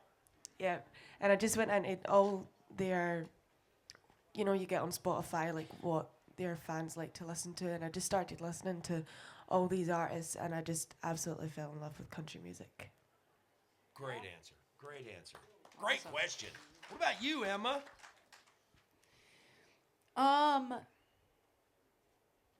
I'm trying to think. Like, what was the song or the artist that really? Or the moment? It probably was. So when I entered that Country Idol competition, I was fairly new to country. My parents played a little bit of country. They played a lot of country, but it took me a second to like really start to love it. because I liked all the rock stuff. Yeah. And then I joined this competition, and I was like, I need to sing country, obviously. And I dove into Trisha Yearwood, and I remember it was her song. And at that time, at first I was a piano player, so I was super into like Adele and Sarah Bareilles and stuff, and Elton John, one of my all-time favorites. Yes. And I remember listening to this song called How Do I Live Without You, and it was like the piano and stuff, and just like her voice and like the timbre in her voice and kind of that like flippy thing that she does was super inspiring to me, like vocally as an artist, and just how beautiful that song was with this like, and then I started learning it on piano, and that was like one of the songs that helped me win the competition, and Trisha's been like a huge inspiration to me. So That's awesome. yeah. That's awesome. Yeah.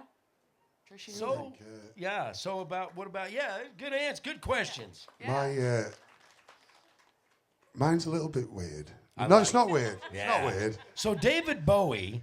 Yeah. This one night, no, I was about 11 or 12 years old, and my dad used to have these years and years ago. I don't know if anybody bought them back in the day. They did albums called Air Guitar. Air guitar. Yeah. Okay. And he used to have them on in his car, and all of the Lynyrd Skynyrd hits were on it. Hell and, yeah. And I kept going back to Skynyrd, and I was like, there's something about this. And then with the powers... I have a whole new respect for you, sir. That's amazing. Yes. And that then sort of turned me on. You know, everyone's been in YouTube holes. Oh, yeah. Yeah, and that's sort of, for me, how it went. And when I decided I wanted to play... I'm a drummer originally, and Really? I wanted to play guitar, and the first song I learned on guitar was This Old Guitar by John Denver.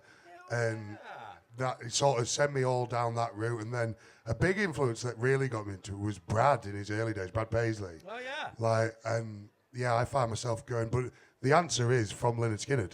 That's awesome. Yeah. That's awesome. Hell yeah. That's awesome.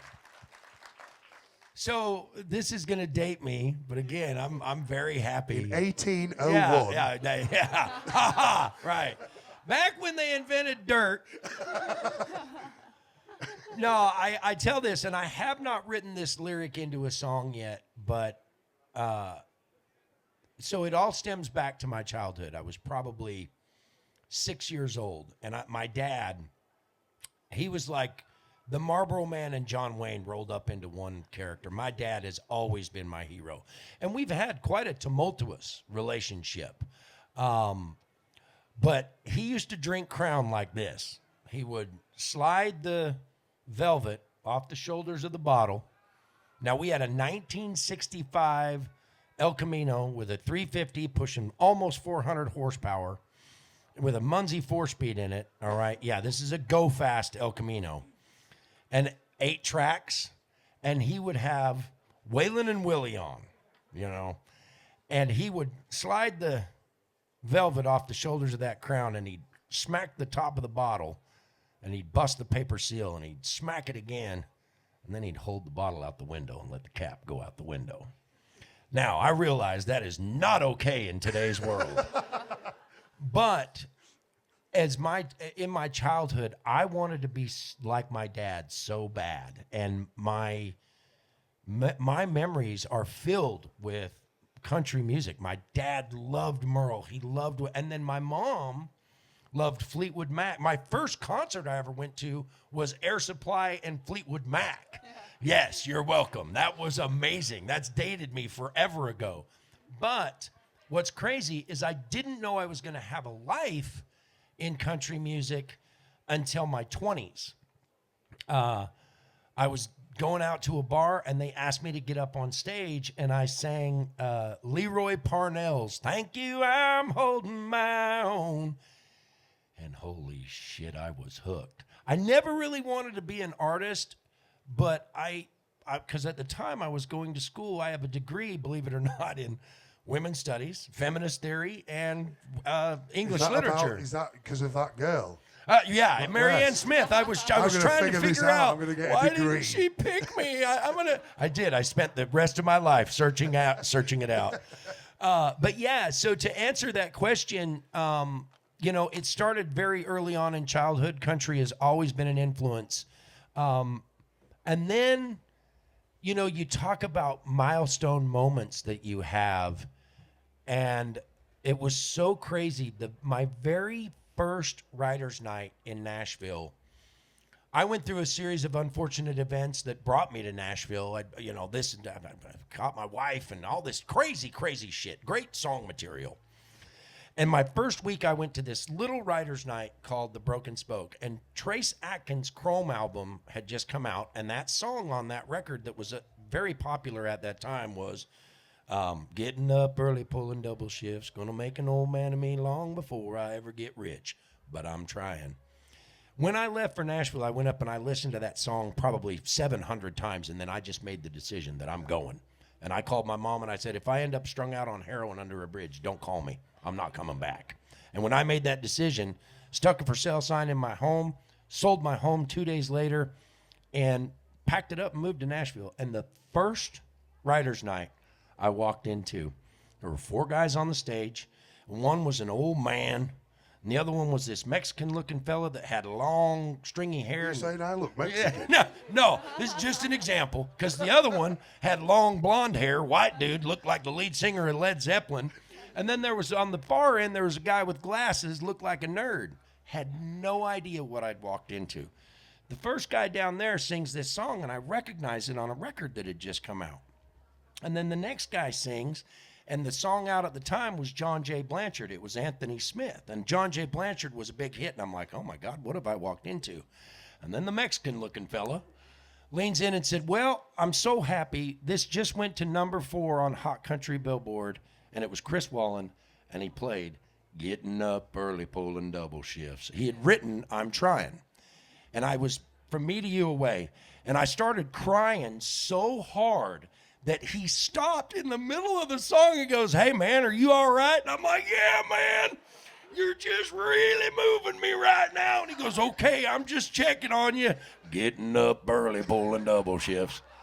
And then the next guy that went, he goes, well, we were real blessed. Me and this fella right down here just wrote this, and George Strait just took it to number 1, and he sang Run. And it was Tony Lane and Anthony Smith.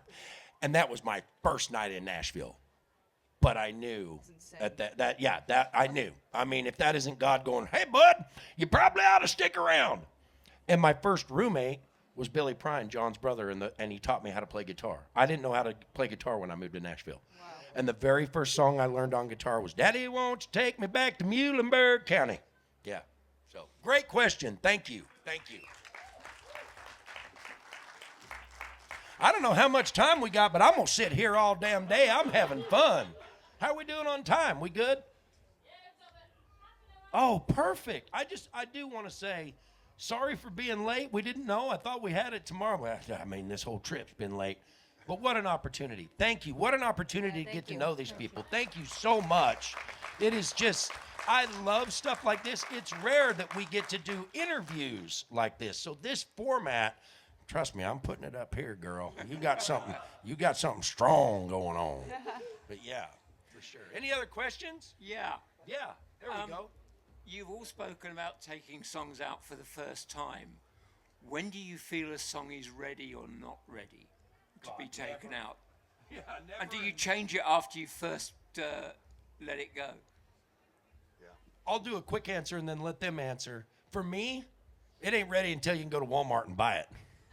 And even then, sometimes I still want to change it. Because as a songwriter, sometimes, you know, an artist they'll be like, well, I'm going to change these. And sometimes they ask and sometimes they don't. And sometimes when they change your lyrics, it can really piss you off because they're not as connected to the meaning behind the song or why we chose and instead of but or the or whatever it is. But as an immediate answer from a songwriter, they're kind of never done, you know, from a songwriter perspective. But I'm sure the artist will answer differently. I think, yeah, I'll give you more of an artist answer then. Yeah. Like, I've changed little bits depending where it is, what it is, and what the vibe is. And I think that's the beauty of it. They are never done, and there's no sort of like end to what you can do with it. And So from a performing point of view, yeah, they're never done. You change it. You know, you Every bring up a time. good point. Ashley does different versions of Tired of Being Happy.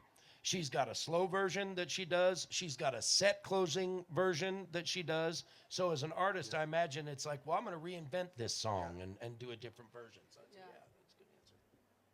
What about you, Emma? Yeah, I feel like you can, like, I agree with what they say, like a song can never be done, but I feel like you can drive yourself crazy if you never let it be That is very true. what it is, especially when you release it. Like, now I've been in Nashville for 8 or 9 years, but I'm just now releasing music. And some of these songs have been around for a long time, and then you get to the recording process, and I'm also a producer on my songs, and I play most of the guitars and the bass and stuff, so I'm like completely inside every song and like, oh, is this guitar tone to this, or should I have played the guitar like this, or should I have played this bass line or whatever, or should I have sung this like this? And at the end of the day, you kind of have to get to a point where it's like, somebody told me one time, excellence is better than perfection. Like, strive for excellence, not perfection. There you go. That's good. And I feel like if you can always go back, or when you get a mix back of a song, basically like, oh, here's the first mix, and then you tweak it, and you could tweak a mix for months and months and months if you let yourself.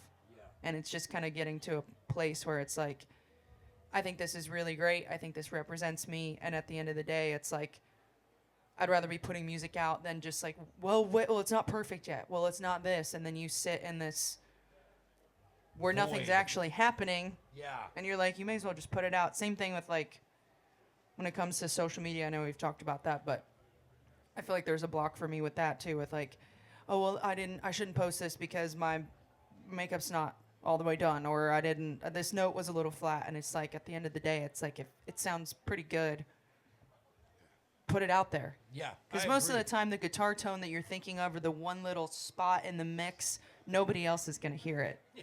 You know? Very true. So I think there comes a place where it's like, you kind of have to get to a point where it's like, this is great. Be done with it and let it live its life, versus I feel like you can strangle it if you don't come to a place of done. That's a great perspective as well. Yeah. What about you, Robyn? I was told not to release this EP off of quite a few people in the music industry.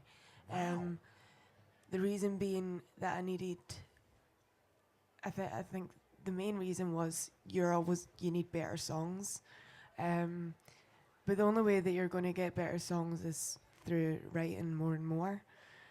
But because I am so proud of you for going forward. Yeah, that's awesome. That just, boy, let's take the hill, boys. Let's take the hill. Good for you. Yeah, Good it's for you.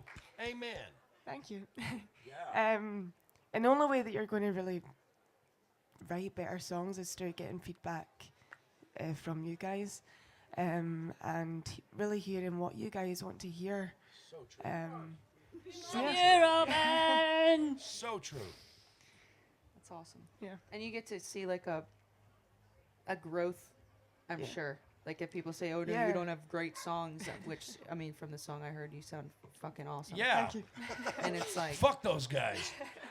it's cool because you get to see, like, say 10 years from now, you get to be like, oh, this is the first thing I released. This was and Baby Me. I mean, and that's that's Even so from cool. And that's even out there forever, which is, some people say like, well, it's out there forever, but like, I think it's cool. Yeah, even from the 3 singles that I released a couple of years ago, this EP is by far the best of what I've released so far. I think a big thing as well is you can't progress Yeah, if you've yeah. got nothing to progress That's from. right. That is exactly right. The It's not music about is being phases. finished and Our being- life is written in phases. These are the seasons of our life, which is why, again, I commend you for releasing that. Good on you, girl. Thank you. Move forward. I would say good on you too, because I feel like I waited a long time to start releasing music, and Yeah. I wish I didn't. See? I wish I would There have you go. found a situation, because I feel like I was trying to find the right people or the right moment or the right whatever, and luckily now I'm in a great situation. But I wish I would have just been like bitten the bullet and taken the money I made off Broadway and found somebody to record it and just started putting out music.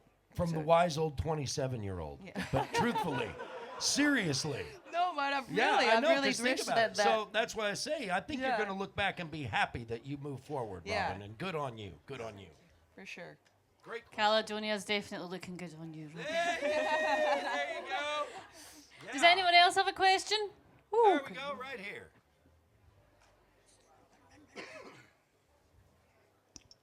Thanks. You guys all said what had got you into country music and what the artist or the song was. Sure. Is there like an artist or a song from a completely different genre that you would look to for inspiration, perhaps when writing?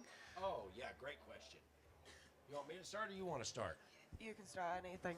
Okay, that'll give you it'll give you a thing. So, outside of country music, I gravitate towards two factions. Hits, okay. I'm actually I'm a sucker for radio. Like I like songs on the radio, and I emulate that in my writing now. But the other lane. So when I say hits, like Fleetwood Mac, my first concert, I'm a huge Fleetwood Mac fan. But yeah, right. I know we got some Fleetwood Mac fans in here. But the other aspect of that falls into the other area that I love, which are songwriters. Now, Fleetwood Mac, they were hellaciously good songwriters, okay? But, like, one of my favorite records of all time, there's two. Sean Colvin's Steady On, which is just a female that I love that just is, she's a songwriting genius. She's a goddess. And then Bruce Springsteen, The Ghost of Tom Joad, which that falls into folk, which is kind of country, but, you know, I also like Thunder Road, which is not country at all. But my God, what a song, you know. So those are the two lanes that I gravitate to outside of country. I love hits. I love I love Adele. I love all the stuff that you hear on the radio. I mean, clear back in the hair metal days, I loved Poison and Rat and all that great. Yeah, man, you're living the dream, baby. But, you know, if it's radio, it's for me, and I don't care if that sells me out, because I'll sell out, and then I'll go to the bank. Yeah, so. I think, country's life, and for me, and like is what I'm about. But there's nothing that I don't like. You won't find me in a nightclub at 3 a.m. going, but True, you know, and I think the main thing for me is I don't need a genre. Like I love music, and I love stuff that is personally like I enjoy, and that's the thing. Like I can say something like, "Oh, I was listening to this," and someone say, "That's awful." For you, for me, it's great. Yeah. So you know, music's just open to me, if I'm honest, and that's probably it. Yeah, that's awesome.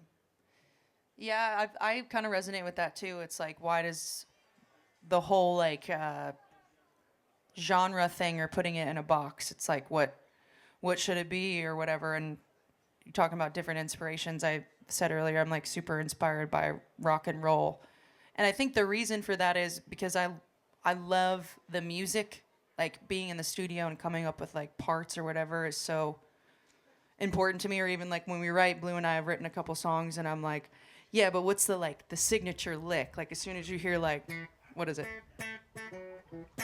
You know what song that is. You know you're about to hear like some Shania Twain. Yeah. Or like the badass rock and rollers. I really love Joan Jett. As soon as you hear like I already know what song that is. Yeah. So I feel like that's the thing with country music, and a lot of the '90s country music did that, like the Dixie Chicks, Yeah. or the Chicks now, where you hear like a sig lick. And I love Shania Twain for that reason, and Mutt Lange was her producer, so that makes sense because he's like in the rock world. Def Leppard, AC/DC. Yeah, like when you He hear produced all them as those, well. you know what the song is before they start singing. Absolutely. And I think that's a big inspiration to me in my songs, blending that kind of musicality with country. That is so true. Wonderful, what am I trying to say? The storytelling of country, having a really great lyric to me is amazing. Like I love that. But if there's not something musically interesting happening, I feel like the music has to also speak with the lyric. I feel like it's just as important. Honestly, that is one of my favorite aspects of writing with you, because she knows that what my strengths are concept, lyric execution, making sure that we get the right things on the page. And every time we get together, she just brings a box full of sig licks. And I mean, ideas as well. But I mean, one of the things that will inspire me, I'll hear one of her licks, and the words that pop into my head, I'm like, does this sound like this to you? And she'll be like, yep, that sounds like that to me. Yeah, yeah. And we've started a lot of songs that way. So I agree. sure. The musicality is a big drawing element for me as well. Yeah. So like sometimes I'll start off with like, even if it's not a guitar lick, just something going on the guitar and be like, okay, what does that feel like? I feel like it's easier to put lyrics to music because Than if the you other have way around, yeah. something that's like evoking emotion, Right. it doesn't. You Sometimes find it the doesn't words. always matter what you say. It does, but I feel like if you're saying something and it doesn't have the music to like speak with it too, it's like they go like Music is hand like in hand. the bouncers backing you up. Yes. Yeah. Yes, it is. Yes, Yeah. it is. Yeah. Yes. For Going to sure. war without an army. Yeah, that's right. Okay, Yeah. we saved the last for the best of all the game. What about you? I grew up listening to pop music, so Adele, Beyonce. It's kind of controversial now, but so yeah, I always grew up listening to pop music rather than country. But whenever I was 16, I kind of went to country, and I kind of just want to blend those two together, and yeah. I think that's a great answer. Yeah, no, I mean, God forbid you turn into another Shania Twain 2.0. That wouldn't be awful at all, would it? Right? Does anyone else have a question? Come on. There's somebody out there who's aching to ask a question. Don't be love shy. it, Just shy. come on, ask a question. I know. If Make I, me if run. I were all you lot, Make me I'd run. be putting a hand up over there. Right, a I'd be hand up wearing over- me out. just to make her run around. Yeah, just. All right, now can we see some hands in the far back over here, please? In the car park. Someone in the car park, raise their hand. What's your question, sir? What's your favourite song to cover?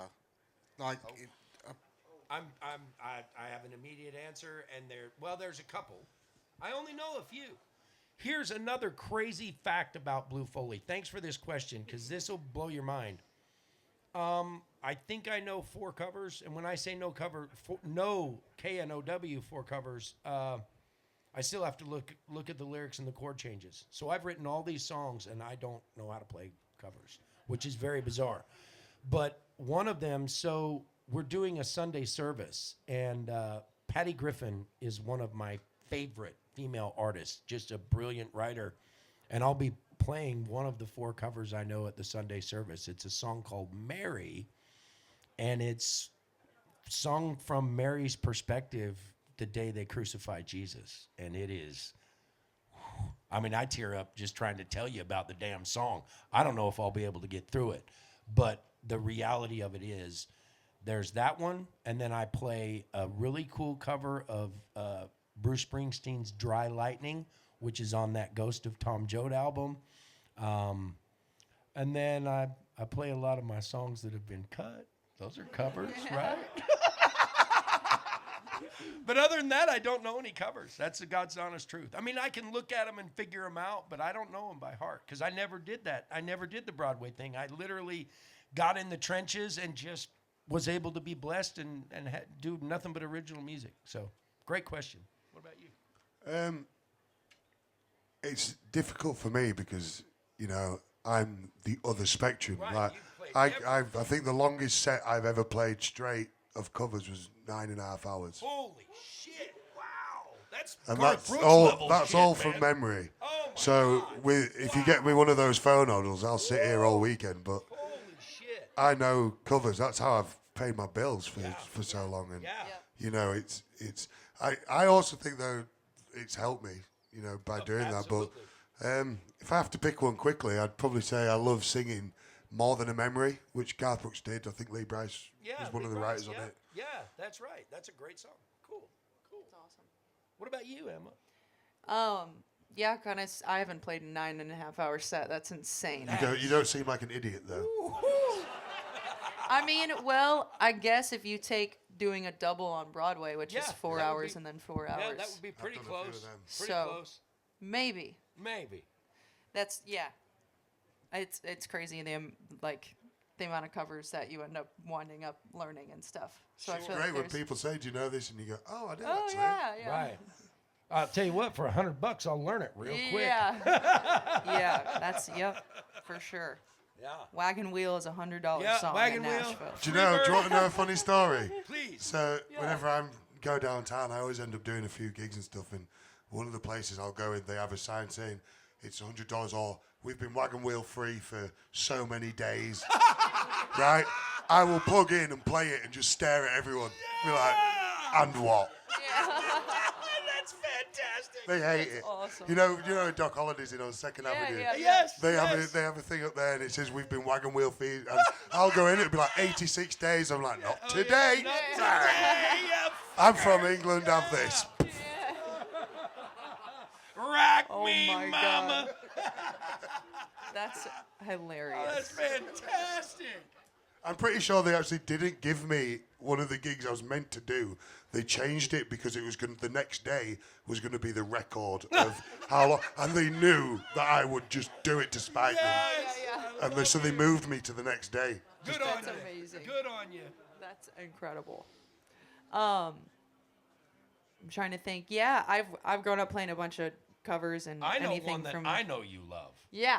That Benny and the Jets. Yeah. You do a hellaciously good cover of I would that. say that would be probably my favorite one. I Yeah. love Elton John and started playing that song a few years ago and started playing it on guitar and I was like, this is kind of cool. And then we recorded it a couple years ago with a producer I used to work with and now it's just like a part of like the set that I do with the band. Just like the throw in a Will cover we hear song. this tomorrow? Yeah. On Sunday? Yeah, we're gonna play hell it tomorrow. yeah.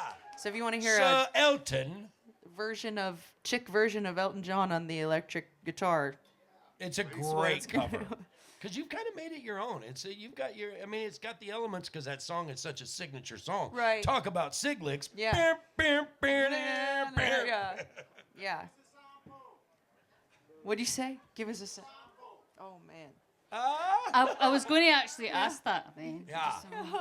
what about I you, love it. Robyn? Just hold on a sec. What about you? I know a song you love and do a really cool cover of. Which one? I think it's not an Ashley McBride song. You do Oh, hey, my hero. Yeah. I do love singing Girl Going Nowhere. Oh, Yeah. yes. I love that. That, Yeah. that makes me happy. God, you are such a baby. Oh, I'm so old. No, Yeah. I love that. So that is one that you like to cover, huh? That is one that I Oh my like to God, cover, what an yeah. honor. I love to cover that one. You know, she's going to be over here in September. They're doing an Opry at the Royal Hall. They're going to bring the Opry. It's Luke I see, Combs yeah. and Ashley and a bunch of them that are coming Well, over. the first time I saw Ashley, she was opening up for Luke when he first came over here in Manchester. And I don't know why, but I always stand at the back. A, because I'm really tall and I feel like I'm annoying everyone behind me. But I like to sort of stay out of the way. And Ashley came on and she opened up and I just stood there like that. Yeah. She's For the pretty entire amazing. set. Yeah. I love that. Thank you, Robyn. I will make sure and let her know. Now, I'm not going to run anymore. I think that's enough time for questions. We're nearly running out of time. So there's two things that I can maybe choose. Maybe, I don't know if you'd want it, if you're up for it. Maybe you could sing a cover together. Maybe. Does that sound... Sure. Do Benny and the Jets for sure. She can rock that. Do it acoustic. You sure? Are you guys sure? Would you like to hear How that? about I do a part of it and then we Yeah, do a part of it. figure out a song we could all do. I don't care. Whatever. Okay. I don't know any covers. You guys know Dry Well, Lightning? I don't think so. I was kind of like thinking, well, I wasn't thinking Wagon Wheel, but you know, that kind of did come to my mind. It's all right. Or Take Me Home Country Roads. Or Oh, yeah. There you go. that kind of, you know, something like that. Just to finish it off in style, We can because do there's not something. often. Yeah. I'll get out my lyrics. I can look up anything. Google's amazing. Just to finish this off in style. I'll usually finish it off with a this and that, but there's not enough time for that. So we'll change it and we'll just finish off with this song we can all okay, sing we'll together. start with Benny, and then you ready? He had a great idea. Let's do Girl Going Nowhere, because he knows it, and I'll bet you do too. Yeah. Yeah, okay, that'll be fun. So a little bit of Benny and the Jets, verse, chorus, something like that. Yeah, let's do it. All right. There it is, girl. Feel free to sing along.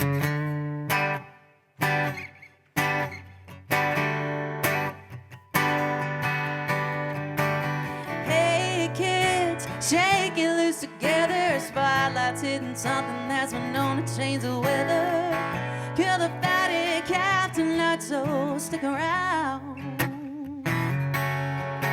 You're gonna hear electric music, solid balls of sound. Say, Kenny and Ronnie, have you seen them yet? Oh, but they're so spaced out. Bubba from Benny and the Jets. Oh, but they're weird and they're wonderful. Oh, Benny, she's really keen. She's got electric boots, a mohair suit, you know, I read it in a magazine. Oh, Benny and the Jets. Woo! Hell yeah! Such a cool cover. Yeah. Come check it out, full band on Sunday, I guess. There you Sunday, go. yeah.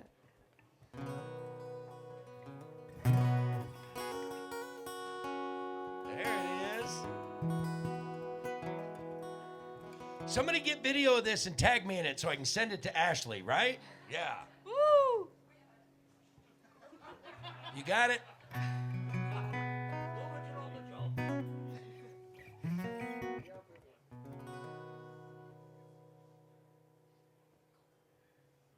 You ready? We stay ready, Robyn. Stay ready.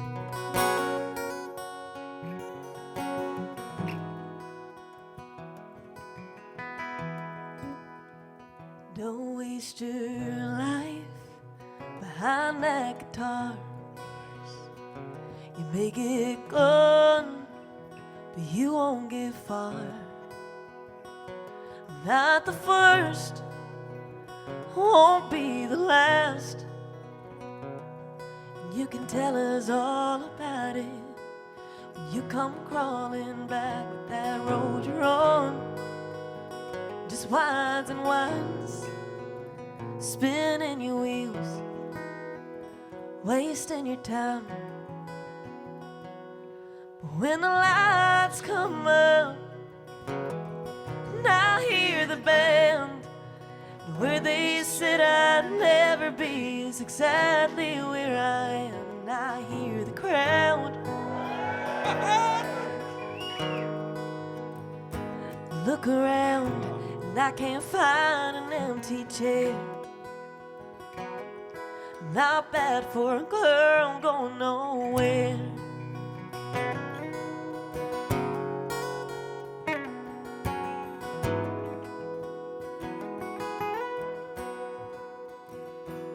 Get these songs out on the road.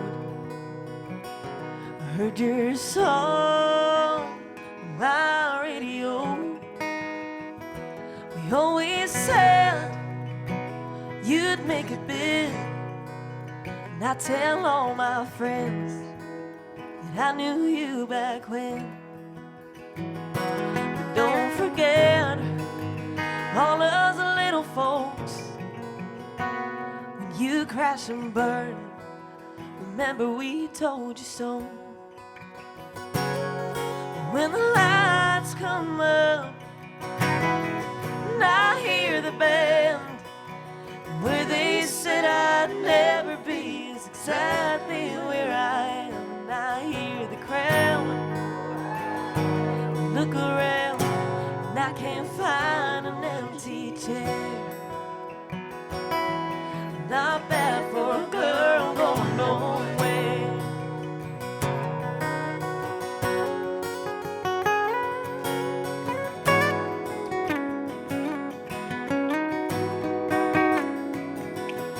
I need to thank my daddy for that first set of strings, and all those folks who swore I'd never be anything. It took a whole lot of yes I wills and I don't cares.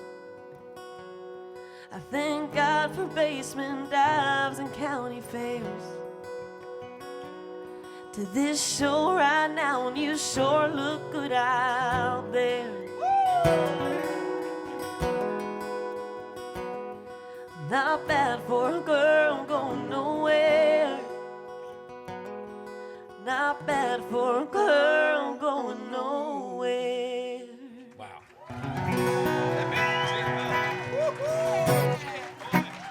wants to fight? Somebody throw a football, quick. Shit. You Make know, me cry. that made me quite emotional because what you were saying about your EP, that so many people have told you not to record it and stuff, that just felt Atta like girl. so like Atta girl. that's just overcome with emotion. Shit, I'm over here bawling too. Join the Just club. like I just that I didn't even know that, and that's just made that song so much more special when you're singing it, and you have an amazing talent. Honestly, absolutely support you all the way, all the time. Ladies and gentlemen, before I start crying on the stage over thank you. Please give it up. By the way, my name's Linda. I didn't even introduce myself. Yay, Linda! But it's not even about. It wasn't about me. But this has just been so amazing to get to chat to these people, to get to know them a bit better, and thank you for coming and for just participating and for supporting country music. So please give it up for Robyn Red. Yay, Robyn! Please go and buy her EP. It'll be physical copies are available at the merch table, so you can buy her EP. Just go and sell out the EP, just because you can. Miss Emma Zinck. Yay! Emma! Matt Hodges. Woo! That boy good. That boy real good. And the man with more experience than anyone else, Mr. Blue Foley. The oldest man in the show. And thank you to you. Thank you. I really enjoyed this. Thank you, Buckland Boots. Thank you to Gary, thank Laura, you so Carol. much. And thank you so much. We'll see you all later on. Thank you. Welcome to the Moho Session hashtag. We're taking it on the road.